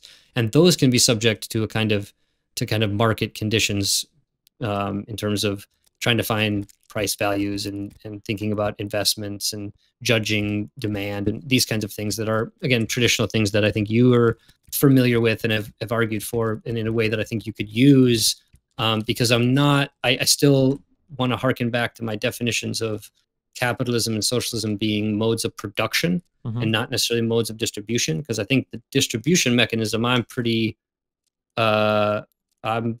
flexible. I don't really care that much about the distribution mechanism. I think we could do a kind of whatever works kind of system. And I think every other mode of production's had markets. So I think markets fill some kind of role, but I think that obviously regulated, controlled, efficient markets are the kind of ones that we want to create, not ones that minimize the perverse incentives and create a system that allows for people to participate and even get some of the value from the labor that they do in the luxury market, but still know that they're going to have their basic needs met, and so that this participation in the luxury market is kind of for fun, but just the way you enhance your individual standard of living by engaging in the kinds of individualized, commodity consumption that you want to do. Sure. Yeah. Okay. Yeah, I understand what you mean. So the question for me, I guess, as I know that I think I've presented some of these in a way that's different than a lot of other people, and maybe there's some like nuance and things that it isn't just like let's grab the guillotine and eat the rich or whatever. But there's a question for me of like, how can I get Destiny to be a socialist? And I think the things I would be curious to hear are just sort of like, based on the way that I presented it, is the biggest critique that we just don't have sufficient data to see if it would work, or is there some kind of theoretical issue that you think is non-overcomable, or what would be the thing that would keep you from diving down the rabbit hole of Marxism in a way that you'd read the Grundrisse or some kind of thing to get a little bit more familiar with the deeper aspects of this idea, more so than Twitter. Yeah, I mean, I think that I think that basically all I'm looking for when it comes to a lot of economic stuff or stuff like this is basically just more empirical claims. I think that if these types of things were popping up and they were actually like started to be pretty successful, I think I would just immediately hop on board. Like, okay, yeah, there's like a model that we need to push for more in the future. And then like once certain models have become more kind of like field tested or battle tested or proven, yeah, then you just kind of incrementally push for more and more and more. And I think that's more or less kind of what I would be on board with. Yeah. So is that like on the like economies of scale size, like if we can, are you saying like, because obviously again, and you talked about this, we've talked about this with several people, there is obviously the go-to example of Mondragon.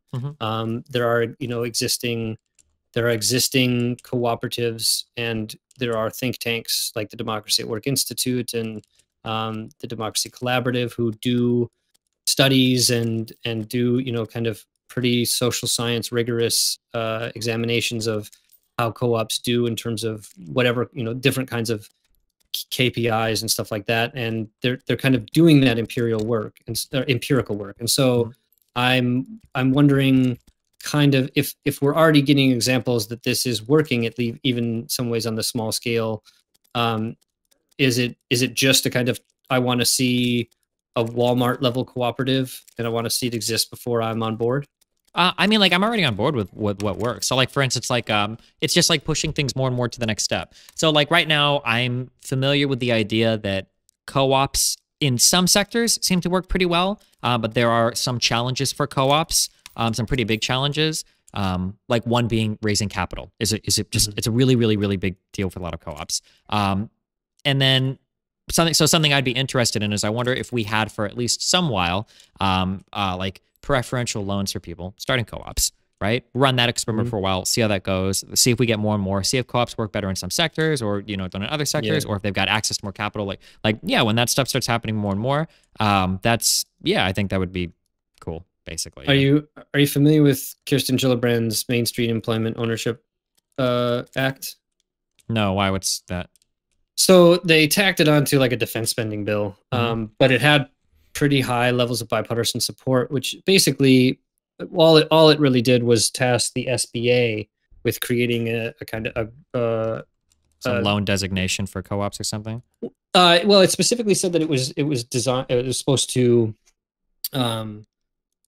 basically you have the SBA understand co-ops and facilitate greater amounts of investment or like loans and guarantees and things like that to employee-owned businesses. So this is, of course, employee stock ownership programs and worker cooperatives and even consumer cooperatives. And so that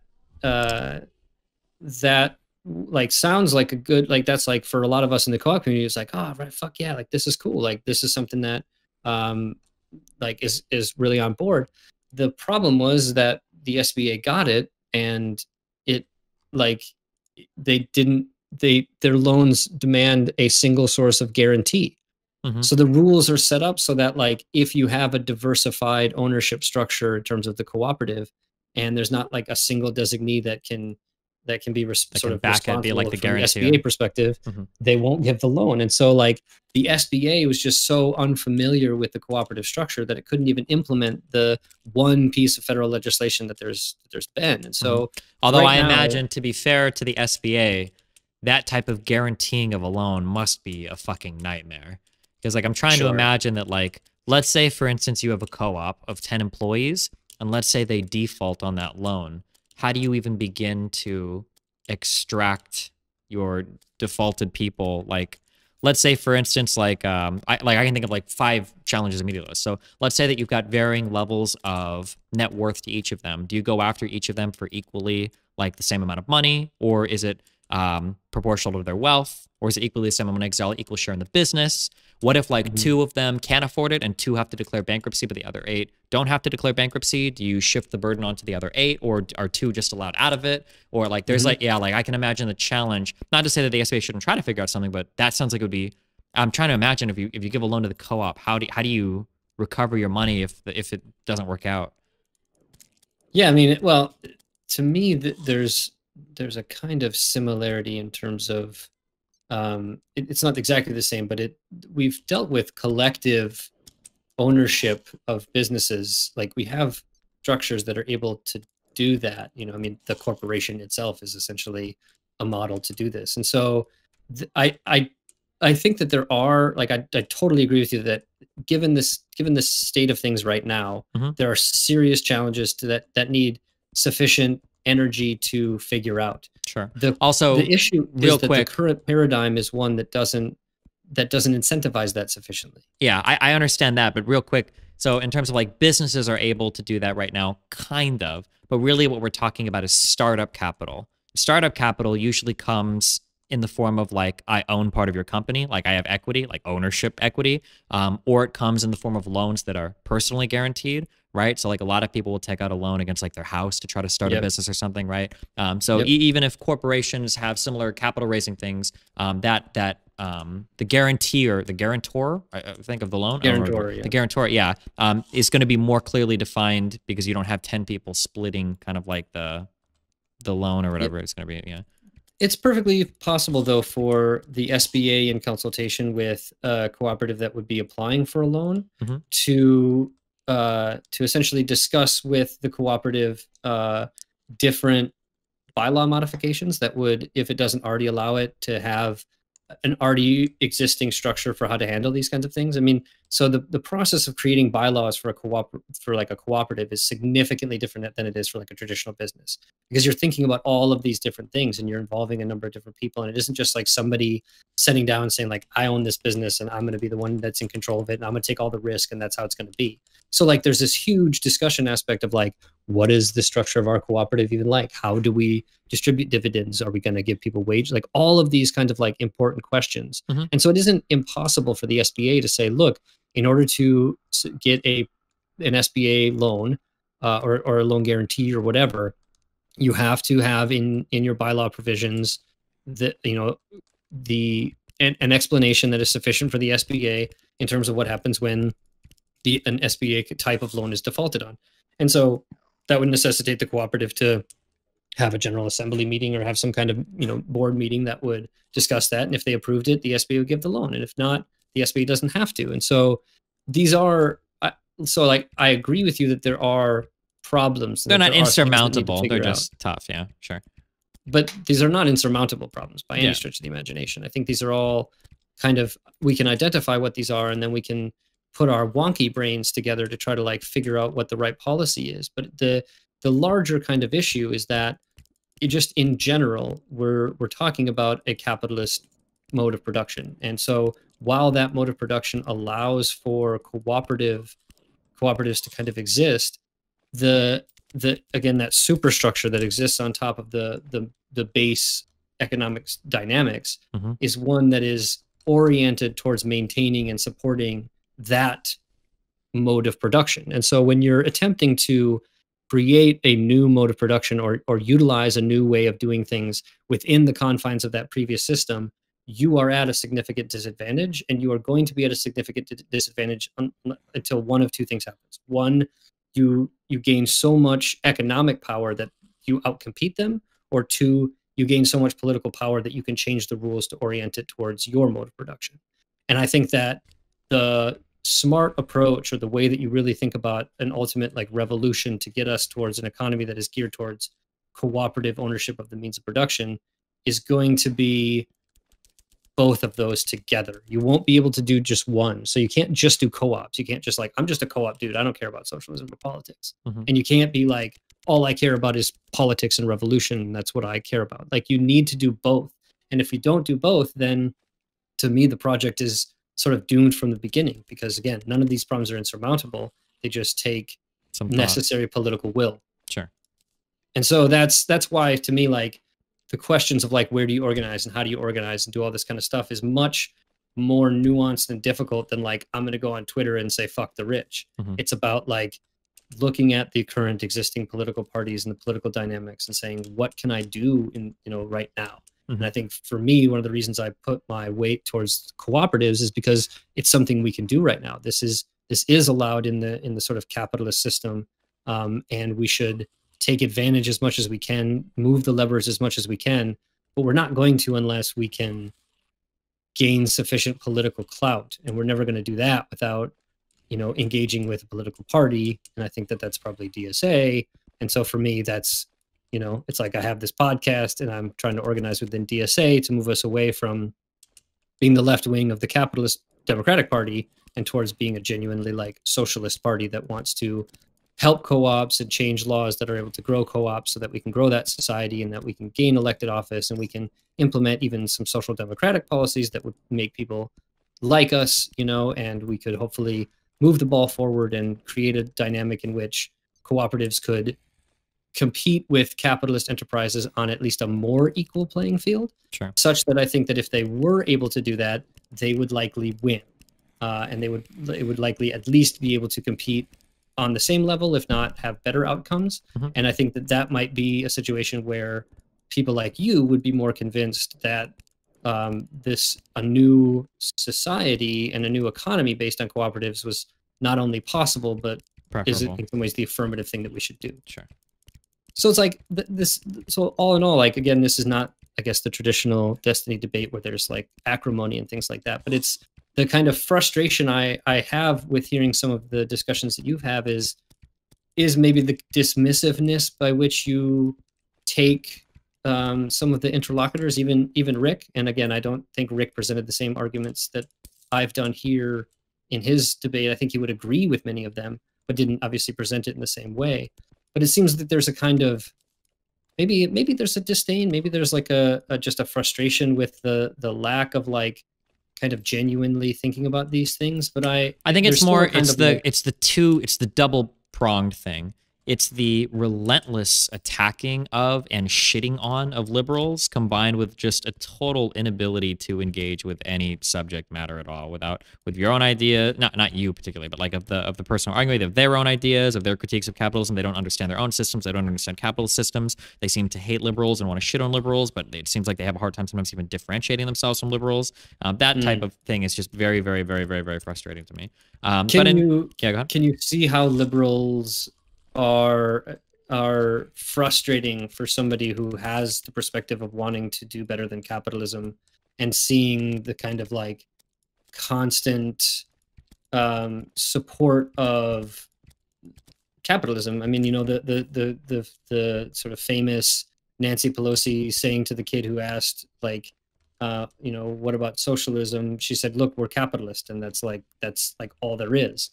You know, that's a really frustrating experience for somebody who wants to, even at minimum, get social democracy. And the Democrats don't, and even sort of the kind of woke liberals don't even seem to be all that interested in doing something like that. I mean, like, while you say that, I mean, like, I can understand why that might be frustrating for, like, this isn't like a side of you, but I can understand why that might be frustrating for somebody that like argues on Twitter all day. But for somebody like you who's trying to like make arguments of like alternative, you know, economic organizations or whatever, like, I feel like I could make exactly the argument that you're making, and I feel like I could convince like my mom, who's a diehard like Trump supporter. Hates socialism, like she was like Air Force, comes from Cuba, like very much anti a lot of that stuff. I feel like I could make all the arguments that you did, and she'd be like, oh yeah, this all sounds like great ideas. I would just never use the word socialist. Not to say that like you should avoid it, but like I just like the only time I could ever see, like if I was making the types of arguments that you make, the only time I could ever see like a capitalist like frustrating me is if I was really intent on destroying that idea that like capitalism is anything. Like if I was just relentlessly shitting or attacking on capitalists and they were pushing back like, oh well, fuck you guys, like yeah, then I'd be frustrated. But like if I was trying to make these arguments, you know, that like, hey, like wouldn't it be cool, like just because, you know, you're in a certain spot of society, maybe we shouldn't have to work like super shit jobs. We have like literally zero control over our workplace. And like, haven't you had like a really shit boss before that seems like they almost like get a kick out of like telling you what to do and stuff? Like, I feel like these are arguments that I could like deliver to people in ways that I would never even invoke the socialist word. And I don't know if they would ever interpret it as such, because it would just come off as like kind of ideas or values where it's like, yeah, I think this would be kind of cool. Yeah, I think that's interesting. To be really clear also, I'm not saying that like for you personally, like, oh, like you're a dumb fuck because you identify socialist, blah, blah, blah. Yeah. But I'm saying in terms of like arguing it to other people, I just don't know why you would ever invoke the word socialist. Because like most of what you've talked about, maybe like really far down the line, I think that I would like very, very gently critique capitalism if I was making an argument to somebody like this. Like I might like very gently say something along the lines of like, yeah, you know, it sucks that like we have no control over what goes on in our business, so we can't like figure anything out for our workplace. But I mean, like, hey, like I guess if you don't have the money to start a business, you're kind of fucked, right? You know, like, and I think most people would agree with that. And that's kind of like a very gentle critique of capitalism. It's an attack on the owner class, really, but like in a kind of an American friendly way. Yeah, I think that, yeah, I feel like you could get most of those critiques across without ever being like, oh, just, you know, capitalists and liberals, you know, all get the wall, fuck you guys, and socialists rock, you know, which is like 99% of the Twitter arguments I see, not what you presented me with today. That's the kind of tribalist version of all of this, you know, and it's got a long and rich tradition that has, I think, done a lot more damage than it's you know, done good. But I think for me, the adherence and use of the word socialism, there is a bet that I've made in the sense that I think that it's worth trying to take back that definition from the propagandized version that both the Soviet Union and the United States used, in basically saying that the Soviet Union was somehow a socialist state or economy. I think that it there is so much good stuff in Marx and you know, a long tradition of people who called themselves socialists and would say that they were arguing for socialism, that is really good and really useful kinds of stuff, that if you avoid the label or you avoid the tradition, you lose. And so there's kind of a question in terms of like, going back to the praxis thing, you need to be able to have a theoretical approach that allows you to like make the right practical decisions to be able to make headway. And I think taking the position that like people have been propagandized to believe that like everything socialism is bad, and you have to do all of this work at the outset to like kind of deprogram people, which is I think what Rick Wolff was trying to actually do, was to try to say like, look, like there's so many bullshit definitions of socialism, and there's like a lot of different ones, and so like of course it depends on who you ask. But I think there is a long and good tradition in socialism that is still worth keeping. But I agree that it's an uphill battle. But it isn't an uphill battle because the truth of the matter is that these things were like really horrible or representative of a failure of like ideology. It is really like, I make the quip a lot of times that the only way to truly understand what happened in the Soviet Union is from a Marxist perspective. That like, if you don't take a Marxist perspective, it doesn't make any sense why it didn't work. And you'll do something like, it was just the ideas of socialism that made it fail. It's like similar to the kind of argument that like, you can explain Middle Eastern terrorism by appeals to the like ideology of Islamism or something. It's like, or the ideas of Islam. It's like, well, that's part of it, but it's not the full explanation. And so I think that like there's a value there, and I think we would lose something if we didn't come back to that tradition, particularly the kind of Marxist approach. And I think that this is not what we were talking about, because I was more focusing on the nuts and bolts of like you know, some of the economic questions and talking about cooperatives and stuff. But I think Marxism is a bigger tradition than the economic part of it. And there's a whole philosophy, and there's a whole, you know, it's a whole lineage of thought, of like Western thought, that gets too easily laughed off and not understood enough.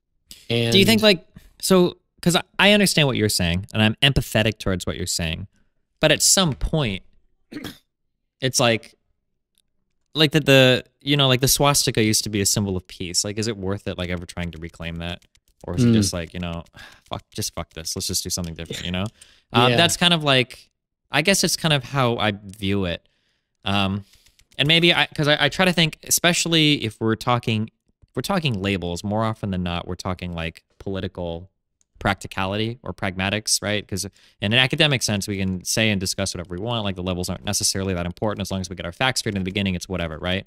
But from like a social policy point of view, or from like a pragmatic point of view, right, the labels become really important because people, you know, identify strongly with certain labels and against certain labels and are very tribalistic. I guess maybe we just kind of I just don't see a value there in terms of like, you know, that like the opposition that like the average American and even people coming from like South America have to like the label of socialism, and then you juxtapose that to the relatively incontroversial ideas I think that you've talked about here. Like, I don't think anything you've said would make anybody like recoil in disgust. Like, it's not like these are horrible things. I guess that fight seems lost on me. It just seems like one, to echo kind of what Krugman said. Krugman was saying like, oh, you know, if Bernie Sanders, you know, gets elected, you know, and I might not agree with all his policies, but for the most part, I think he, you know, has a lot of good ideas. Like, I'm going to have to write op-ed after op-ed after op-ed explaining why, you know, like, okay, I know he says he's a socialist, but he's not like China. He's not like Mao. He's not like Stalin. He doesn't mean this. We're not going to do it with Venezuela. Like, there's so much that you have to divorce yourself from. It just seems like so much work for like no reason. I don't know what the gain is unless you're talking in a purely academic sense. Like, well, you know, if we're Marxist, you know, we can analyze things in a very academic sense, but like from a practical sense, because you would agree, or maybe you wouldn't agree with this, in a practical sense, you really don't need to know anything about Marx to like live in a happy, healthy socialist society. Like theoretically, that's something that you would participate in at will, kind of like how like in a capitalist society, right? Like 99% of people don't know anything about how this is part of the problems with socialism or any alternative system is the onus is on you to like explain so many things that people take for granted, right? Like how would this work in a totally different paradigm? So yeah, I mean, like I guess okay, sorry, I think I'm repeating myself like for the fourth time. I just don't see the point of the struggle. I think partly the reason you don't see the value in the struggle is, and this isn't to denigrate you, is just that you're not as familiar with the tradition, and like you may not see the value of it in some ways like I do, having been kind of steeped in it for several years. I think that there's a lot of really valuable shit that you kind of don't want to lose by sort of muddying the waters. I do think, though, there is this practical question. I mean, I used to be a like standing on the barricades, like cringy, eat the rich kind of socialist. And I think there's a shock value. There's kind of like, I was always into like punk rock and shit too. So there's like a punk rock kind of value to that. A kind of fuck authority perspective that is like, especially for younger people, it's just sort of like comes with the territory in some ways. But I think that my tactic in many ways now is to argue or to make these cases similarly to how I've done with you in a way that is easily understandable, that doesn't use a lot of like rhetoric and kind of useless sophistry, and gets down to like brass tacks about what we're actually talking about. And I think that does, I often will kind of pull the card trick of saying like, yeah, and this is all socialism. And that a lot of times, like in terms of even the tactics of this or why engage in the struggle, for me, the reaction to that is almost always like, what the fuck are you talking about? Like, that's not socialism. Like, socialism is like May Day rallies in Red Square and Stalin standing on top of Lenin's tomb clapping, and like all of the, and like gulags and all these terrible things that even leftists talk about, and I was called myself a Trotskyist for a long time. I couldn't tell you how many like ice pick jokes you'd hear and all this kind of like really, again, I think cringy kind of shit that is really like not helpful on the sort of socialist left. But if you just discuss the ideas with people first and then kind of introduce it that way, and then say, hey, this is what I mean, and I think what even Marx and some guys have said, this is what it sort of means. And the people who had this understanding had a lot of other perspectives that were really useful to understanding a lot of other things. And so like there's so much value to this Marxist perspective and critique that we gotta keep the words as difficult as they've become to use, but still talk about what they actually mean. And I think if nothing else, if we can, when I was younger, I was anticipating a revolution in my lifetime. I don't know if that's going to happen. So for me, it's again, from the praxis position, the most important thing I can do right now is educate people on the possibilities of worker cooperatives, what worker cooperatives exist, and what issues they're having, and how we could better like support them, and how we could grow that sector of the economy to give capitalism a run for its money. And I think that that's a different approach than being edgy and saying, I just want to like kill Jeff Bezos or something like that. Like that's a very piss poor analytic approach that won't get anyone, that will not convince anyone to become a socialist except for other cringy people. And I think as I've seen the left develop over the last 20 years, it's gotten a lot worse and significantly frustrating. If you want to have interesting, nuanced discussions, then you often can't have them because the situations are, the ideologies are so siloed, or there's a huge issue of like splits and shit that happen on the left that cause like acrimony within the left, and all of these kind of like really frustrating things that I find annoying. But there's still enough in this process and enough in this tradition that is worth fighting the good fight towards like still calling it socialism. And I think that what's frustrating to hear from you is that somebody who talks to people a lot and talks to a lot of different people, and who is not dumb and knows what the labor theory of value is, and some of these other issues, and can present like legitimate questions about policy approaches and things like that, is dealing with people who poorly represent the ideas. And I think like this is gonna sound really circle jerky or whatever. Like the entire world was full of people like me or whatever that like want to sit down and have like these really nerdy, geeky policy conversations and academic debates on philosophy and fucking economics and all that shit. Then I would be more amenable to you. I'm curious, like, have you ever tried to have like conversations with like super normal, like middle-aged Americans about these types of ideas though? Because it just, or worse yet, normal conservatives? Because it feels like, I feel like for a conservative, I think I could get them on board with a lot of what we're talking about. But as soon as I were to utter the word socialism, like it's game over. Like at that point, they're lost on everything. I could say that like, you know, like bosses shouldn't be able to rape their workers, and they'd be like, well, I don't know if they privately own the firm. Maybe they're like, they would go like, as soon as you introduce the word socialism, they're like, they're gone. They're like, their brain is completely empty. Yeah. Do you ever talk to, or and I know you don't do like a debate show, but do you ever talk to people that are a little bit less kind of like academic minded and more just like on the ground, like maybe independent / conservative type people or whatever, and kind of talk to them about these types of ideas? Yeah, I have had the opportunity to do that partially because of the like, because I don't shy away from socialism and the socialist labels, right? So like I have a shirt on right now that says socialism is democracy in the workplace. And I've like worn that shirt outside and have had people stop me and go like, what are you talking about? What does that shirt mean? Like, like that just sounds like some kind of cooperative or something. And it allows me the ability to have, I have like the hammer and sickle on my phone. So when somebody sees me open my phone, I've had several people, just like random people, just ask me like, are you a communist? You know, and they do it and they have that like exasperated, like, what, like, could it possibly be? And so it gives you this sense of saying this opportunity to educate, in the sense of saying, yeah, I am. And I'm not this like, because again, I think people have a caricature similar to you in your mind of like what a socialist talks like.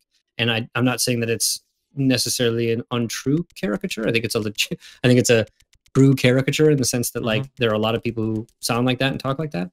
But I have had the conversation where it's a lot of like, are you a communist? And the immediate response I'll always have is, well, it depends on what you mean by communism. So I'll immediately begin in that discussion of like a definition, and I will try to pretty clearly make sure that we're not talking what some might say is crazy talk, right? Yeah. So I'll not present some kind of like thing against markets or something like that. Like I will often go into moralistic kind of arguments in the sense of like talking about the values of democracy and participation and those kinds of things, because I do think that those are, for the average person who isn't a wonky person, those are the kinds of things that really matter and that animate people. And so if you do talk about, you know, the issues of capitalism, not so much in terms of its like frustrating barriers to entry for all sorts of things, or, you know, inability to like find something that you actually want to do or something like that you love to do or something like that, then that is a more visceral kind of connection. That goes a lot better than like, what should the SBA do about funding cooperatives? Yeah, I'm sympathetic and empathetic and all the pathetics to your, well, that's, I mean, not pathetic. I was going to say, are you sure you're pathetic? To your arguments, I understand what you're saying. I guess it's just like, there are certain labels. I guess this is actually like a totally independent argument from the social thing. There are just so many labels sometimes that get just so fucked. Like I'm like, fuck this, I'm not even going to try. Like, like I can think of a few, I guess, in my example, like, especially like 10 years ago, it's not so much today anymore, but like, I don't know if I would, like 5 years ago, I would never publicly like describe myself or introduce myself as like an atheist, right? If you spend any amount of time online, maybe for easy to understand, because, oh my God, like that was a very, very, very fucking edgy kind of community. And even if I was and still am like very much an atheist, I don't want anything to do with like 90% of people that are calling themselves atheists. Or even like more recently, I would never identify as a PC gamer, because like I do play most of my games on PC, but oh my God, people that are like, I only play PC, like they're cringe. Or even like the gamer label in and of itself. Like I would never, like on my Tinder profile, whatever, I don't put like gamer. Like I just don't, because holy fuck, that label is fucked. So Yeah. yeah, I guess I don't know how much we're necessarily not connecting on the socialism things. More so, maybe just like a different philosophical idea of like, and also my background might be really poisoned here too, because of like everything I've done online. Like for me, labels have become like just a big confusing point. Where as soon as somebody applies a label to somebody, usually labels are only used to attack people. Like generally, if I'm identified as something, it's because people want to shit on me. So like somebody might call me like a neoliberal and then say that I want to like invade and destroy Vietnam, or they might call me like a socialist because they think I want to like kill all capitalists, or like depending on who I'm talking to. So like I guess maybe just because of my online history with them, and even I guess to some extent in real life, like my association with labels is usually really negative. As soon as somebody introduces themselves as a label, they've got to spend more time saying what they aren't rather than what they are. Like, ugh, yeah. I think that's just related to the fact that there's an exacerbation of an already existing short attention span that I think a lot of us have, and we're all dealing with like a number of different problems, and I think it's in some ways like this is like something I've been doing for a long time, so it's sort of like in my nature. You have a sort of job that kind of gives you the freedom to be able to do this, and so I think that for a lot of people, labels are quick. Quick kind of easy ways to regurgitate something. And I mean, even you and I in this discussion wanted to make sure that we provided some labels. I mean, they are useful to make sure that like what you're talking about. But I do agree that like if someone called you a neoliberal, it would necessitate what they meant by neoliberal, right? Because like that obviously is another word that have such an elastic definition that it can apply to just about everything. But if you created I mean, I think David Harvey has a good definition of sort of neoliberalism.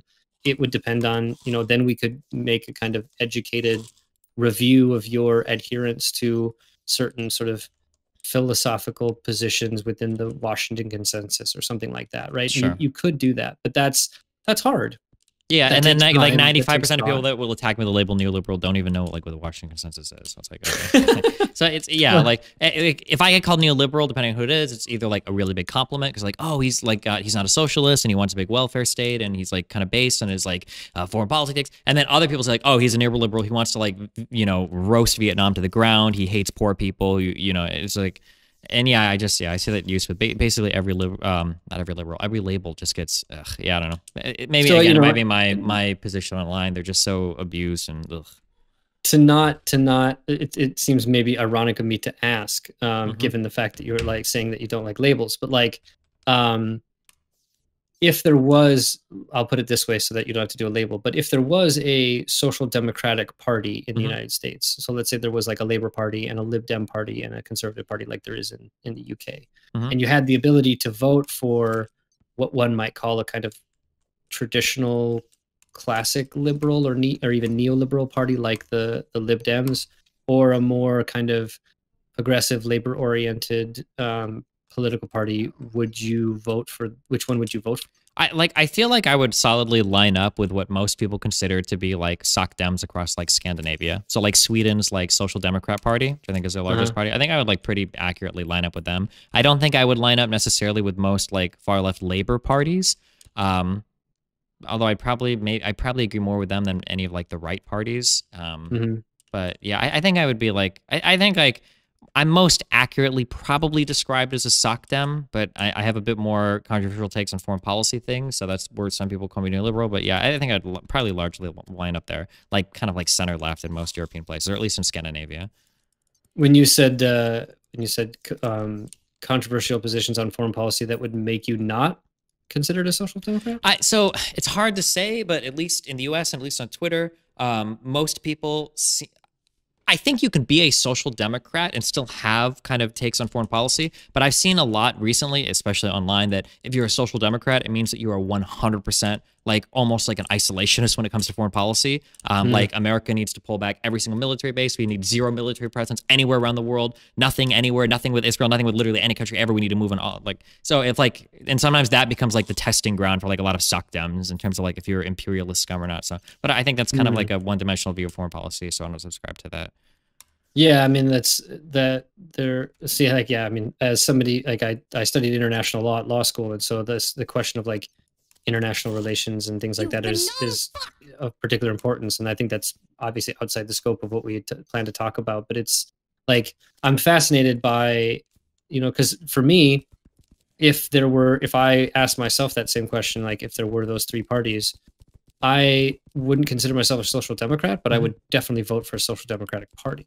Because I obviously think that I'm of the mind. There's a long question in the socialist community about reform or revolution, and I think that's the or is the problematic aspect of that. I do think it's reform usually to revolution, that you're never going to like just one day create a revolution. You're going to have to like engage in a long process in order to like get ready for that kind of thing, and you're only going to be able to do so if you've enabled a certain kind of like, I would say, social democratic like reforms and stuff like that. So like I engaged in 2016 incredibly with the more radical left on the issue of Bernie, because obviously on the left, Bernie was problematic for some for not going too far, and like just what the doctor ordered for other people. And I think there was a huge debate, particularly online, about whether or not, a real socialist would like support Bernie Sanders. No. But to me, it's like a no-brainer.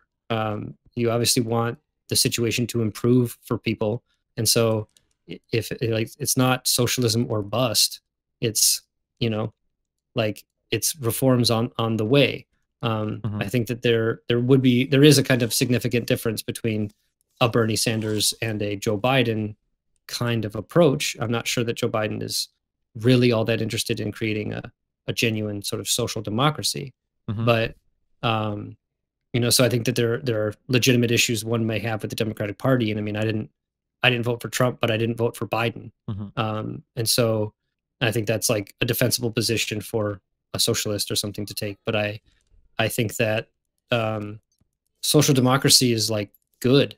And at minimum, I think that even from a socialist perspective, if you could have a discussion with someone such that we're having right now, and even if the end agreement is we should enact more social democratic policies in order to like ameliorate the position for the worst off, that's success. And you've gone, in my view, 90% the way there. Then you just start talking about co-ops. Shit, you're 95% there. And then you just have to like drop the socialism bomb and hope it doesn't. How do you respond to people though? So I think Marx said this as well. And then I hear other lefties echo this. So one problem with capital is that capital can use the institution of the state to support itself. And there are some lefties that would argue with you that you're essentially advocating for capital to utilize its position as kind of like being, whether through lobbying or whatever, is using its position to sustain itself indefinitely using state funds. So, and then generally, like the accelerationist argument that I hear is that it's like, oh, well, you want to create welfare? Well, congratulations. Now you've got capitalism forever because, people aren't going to revolt unless they're starving, and they're going to think everything is fine when it's not. And now you're using the state basically to permanently keep capital around. What are your responses to arguments like that? So the ultimate problem with social democracy is that it doesn't have as its project addressing the fundamental base relations of society. And so that is a limitation of it. The somewhat ironic argument I will make that kind of makes people eyebrows furrow is, I think the issue in Venezuela was not that they instituted socialism, it's that they didn't. And so, or even something remotely close to socialism. I think that the cooperative movement in Venezuela has actually been very successful and is still actually fairly operating decently given all the dire circumstances and things like that. And so there are limits to social democracy. I think they were creating a social democracy in Venezuela. They were not creating a sort of a socialist state or something. So well, I think so do you feel like fairly confident or fairly comfortable talking about like Venezuelan affairs? Yeah.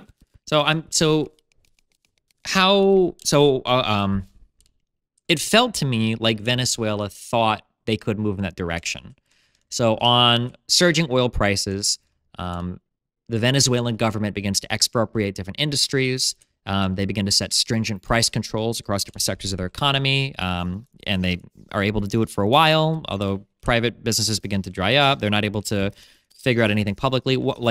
Do you not view this as any sort of failure at all towards trying to move towards a more, I guess it's not really socialist because we didn't get to the part with the workers manage stuff yet, but do you not see that at all as kind of like a failure in terms of like moving in that direction? So the situation in Venezuela is a multifaceted problem. So one of them is, yes, there's been a certain amount of mismanagement. Now that's mismanagement in a certain context, and I think the context is obviously incredibly important. And so that's in the context of significant U.S. intervention in terms of the economy and even in politics and things like that. And so I will say as a caution, so a lot of people will point to like U.S. sanctions that exacerbate some of Venezuela's problems, but Venezuela was facing hyperinflation before any U.S. sanctions were placed. To be clear on that. Yeah, it definitely isn't the sanctions alone. I think the sanctions simply exacerbated, but there were other things that the United States did to attempt to destabilize the economic situation and the political situation in Venezuela under the guise of humanitarian assistance and things like that. So there are definitely problematic aspects to U.S. Monroe Doctrine style involvement in Latin America generally, but particularly in Venezuela.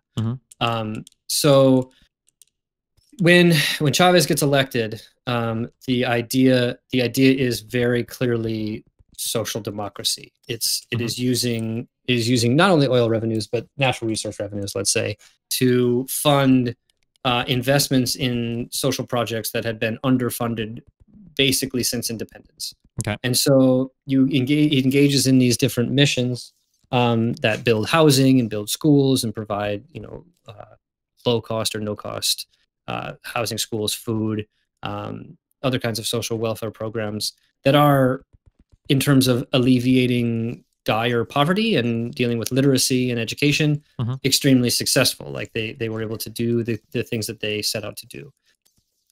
There was, I think, a lot of confrontation and a lot of frustration with the situation of essentially Venezuela's oil reserves being all but owned and controlled by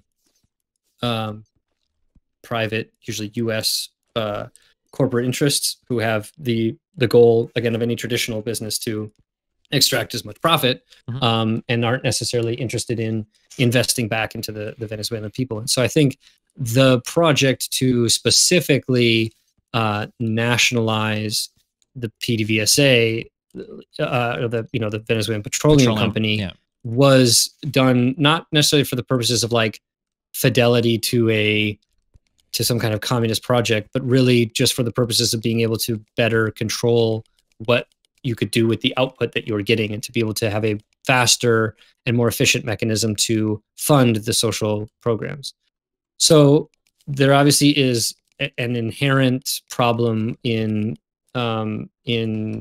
economies that are focused on one or a few commodities and production of that can use the ups and downs of the market to be able to fund this or that project or fill coffers or do whatever. Now you can do what Norway has done and create a sovereign wealth fund that then, is able to hopefully outlast the oil crisis and stuff like that. But of course, in the situation of Norway, you have a friendly face in terms of the United States, who isn't interested in either hindering or all but destroying your economy for the purposes of political realignment inside of it. And so you have all of these decisions taken, I think, for purposes that are completely understandable and not necessarily like super ideological, but then are subject to the dual prong of kind of mismanagement due to, I would say, corruption and other perverse incentives. Because again, you're not talking about a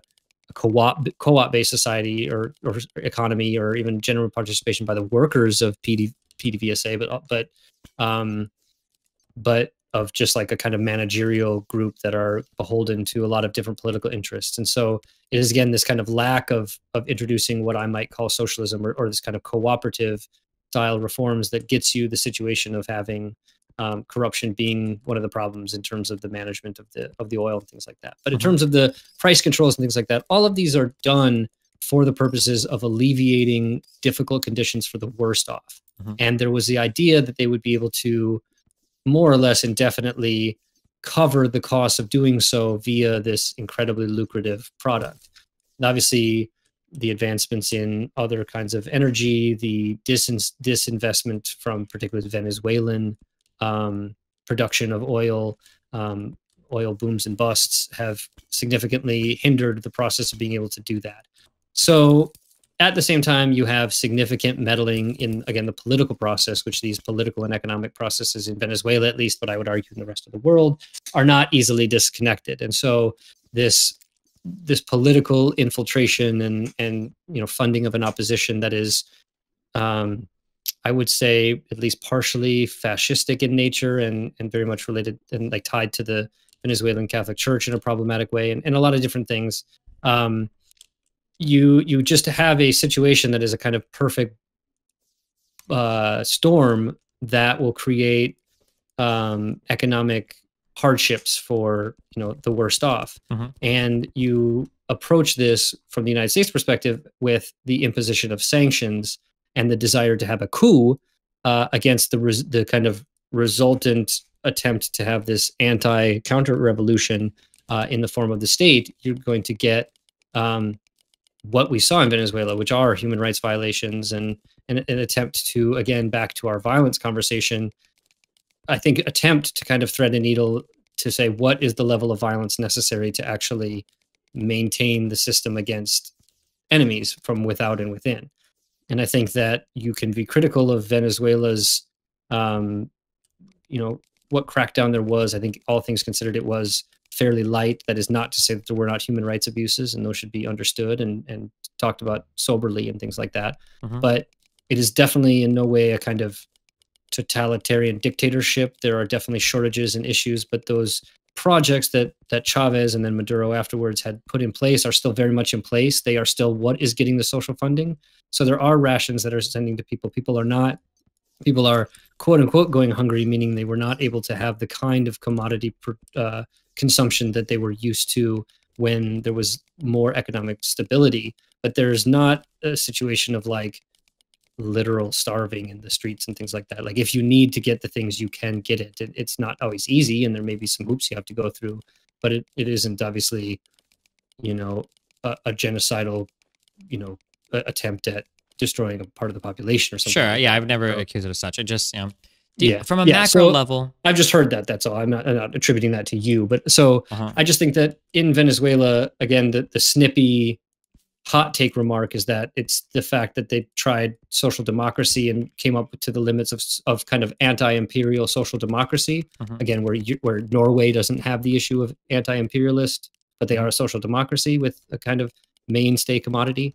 And so the fact that you're using the rhetoric that you did, pissing off the empire, engaging in potentially problematic uses of your lucrative commodity to fund programs that may not ultimately be successful, and then having to deal with the actual reality of being the subject of an imperial project from the United States, just all comes together to create the situation that there is in Venezuela. And so, I don't think it's as simplistic as saying, like, again, that like it's mismanagement alone that's causing these kind of problems. It's a confluence of factors that are, again, taking that Marxist position, historically, socially, politically, and economically contingent to the situation in Venezuela. And so, again, it's not as simple as saying Venezuela is an example of how socialism doesn't work. Sure. I guess it always comes down to how much do you attribute each of these problems to. I don't necessarily agree that there's a lot of background stuff, especially from the U.S., that might hamper their, I guess, ability to succeed as a country. I guess my kind of understanding, though, was that irrelevant of or irrespective of U.S. involvement in factors that might have caused some level of instability, that the country seemed to be like doing pretty well or be pretty successful. It was up until they started to expropriate some of these companies and run them on their own. And then up until they started to get a little bit more aggressive with these things like the price controls and everything, that's when they started to run into major problems that, and it's not like the U.S. ramped all of this up in when a lot of this instability started. But I guess it's hard to say, I guess it was for me, like how much is attributable from one thing to the other. Yeah, I mean, so I think it'd be curious what other businesses you have in mind in terms of what were expropriated, I think if you look, the Venezuelan economy is something like 95% in private hands. And so the amount of expropriation or nationalization that happened in Venezuela was relatively low. I think it would be on the scale of something like you'd see in Norway. So the two huge things that I'm familiar with, and I'm not like an expert of the Venezuelan economy, the two big things that I was familiar with is that, one, I thought that once the petroleum company was taken over by the government, that the running of it afterwards was nowhere near the level as it was before when it was in the hands of the private companies, even if they were extracted before, that they just weren't able to run it as well as it had been before. That was number one. And that number two, a lot of private businesses that had existed in that country that were manufacturing goods and services were basically driven out of existence due to how excessive some of the price controls that were put in place by the government were. That they basically, some private companies just basically packed up and left because they couldn't produce goods at the price controls that were set by the government there, that the levels were way too arbitrary, is my understanding. Okay, yeah. So the thing there would be there is, I think, a qualitative difference between the process of expropriation and nationalization and a situation of attempting to socially engineer a situation and producing disincentives for traditional private capitalist organizations. And so I agree. I don't necessarily think that all of the decisions that were made by the Chavez and then Maduro governments were necessarily perfectly rational or even necessarily designed to support these traditional sort of capitalist enterprises. I think in many ways there probably was a kind of fuck them, we don't need them like idea that may have a lot of downstream effects that they hadn't considered. I wouldn't defend kind of every decision that Venezuela made. I think that this is, again, just a kind of further illustration of the difficulty of attempting to institute, I think, social democracy. I think that depending on how you institute social democracy will say a lot. And I think the context of attempting to institute a social democracy that is simultaneously anti-imperial or anti-US is on an order of magnitude more difficult than trying to set up a social democracy that doesn't attempt to be antagonistic to the major power player in the world. And so I just think that there's kind of important qualitative and nuanced aspects of the situation in Venezuela that says that is kind of, I think, more apt to describe what happened there and what is currently happening there. You know, but I think it would be incorrect to not sufficiently understand the kind of impact the role of United States interference played. Sure. I mean, there was a coup in 2000, I think it was, or 2001 maybe, against Chavez that was essentially a CIA-backed coup. And it wasn't until massive amounts of people went into the streets that there was a reversal of that. And so the intervention in Venezuela's political economy by the United States goes back to essentially the moment that Chavez was elected. And so, but they do things like, you know, engaging in trade agreements with Cuba and other kinds of things that are designed in some ways to stub their nose at the United States, is going to piss off the United States and essentially encourage the imperial apparatus to respond. And so I don't know if they didn't adequately predict that was going to happen, or maybe they thought they'd be able to weather it a little bit easier because they didn't anticipate the kind of fairly precipitous fall in oil prices that occurred. But I think that, yeah, I mean, it's just a situation where I'm not an expert on this, but again, too, just because of the little bits and pieces that I'm aware of, like the fall in oil prices didn't coincide with the crisis either, right? The oil prices had, I think, already begun to fall. Yeah, it just exacerbated it. Like, it just made it way worse.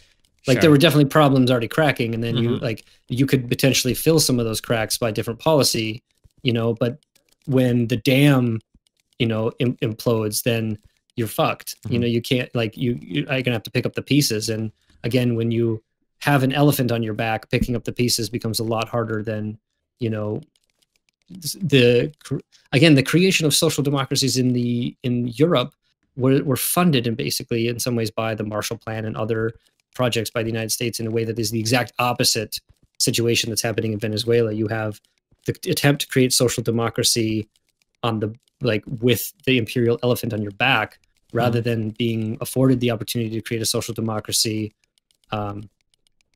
with support from the economic powerhouse in the world. Yeah, sure. You know, so I think that there's just a fundamentally different kind of situation, which is why the social democracies of Europe can be somewhat more stable. Of course, they've had their issues too, which is, again, I just think the kind of underlying critique of social democracy is just social democracy is going to make the conditions a lot better for almost everybody, but it is unable to deal with the fundamental contradictions in the economy and the fundamental problems. So it will go into periods of crisis, and it will have all the economic and social consequences thereof, and it will still engage in either imperial or kind of war making projects that add to instability in the world generally. And so it isn't until you're going to find a way to address these issues that you're going to rid yourself of all of the sort of dirty past of the thing that allowed capitalism to exist in the first place, which was the sort of primitive accumulation of capital via the project of colonization. And so, you know, it's like part of it too is like you can abstract a lot of things, and you can talk abstractly about these like different systems and stuff like that too. But it is really important to understand the actual development of something like capitalism, something like that, in the context in which it actually existed, which I think Marx said in the manifesto, maybe, that it's essentially dripping with blood, you know? And so while it has all of these revolutionary characteristics of doing away with old feudal ties and stuff like that, it isn't as if it isn't, you know, without its blemishes and without its serious problems, namely the cost of the industrialization project that kind of goes along with it, which I think, interestingly, connecting it back to your discussion with Rick and other people, is that you, I think, make an important differentiation between quote unquote socialist development in the USSR, China, and the process of industrialization. I think that's an important differentiation. And I don't know if you've heard of it or anything. There's a thinker from Yugoslavia, Milovan Žilas, and he was a high-ranking member of like the Yugoslav Communist Party and a partisan and all that kind of stuff.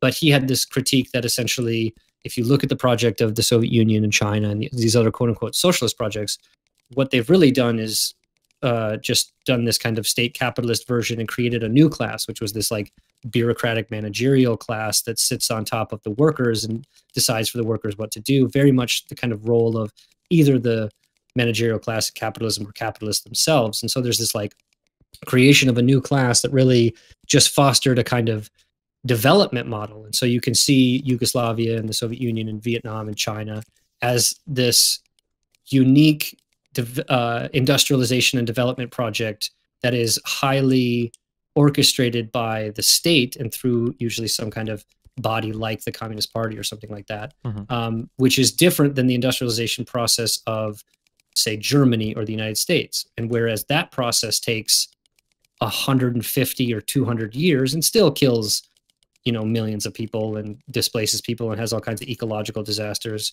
does so in a longer period of time. And so it seems less crazy.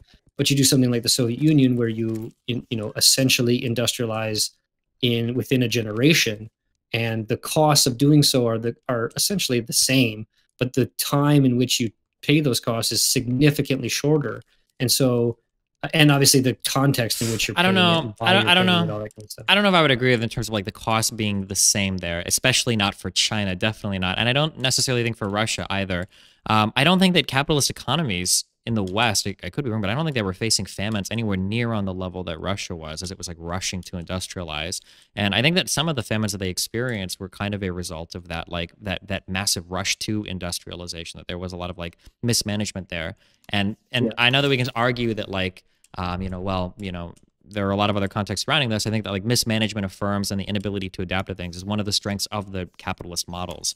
That I mentioned this in my opening statement to Wolff. You know, a lot of people make fun of the capitalist boom bust cycle, but I mean, like, one of the strengths of capitalism is that it can adapt so much quicker than kind of like government bureaucracy to problems.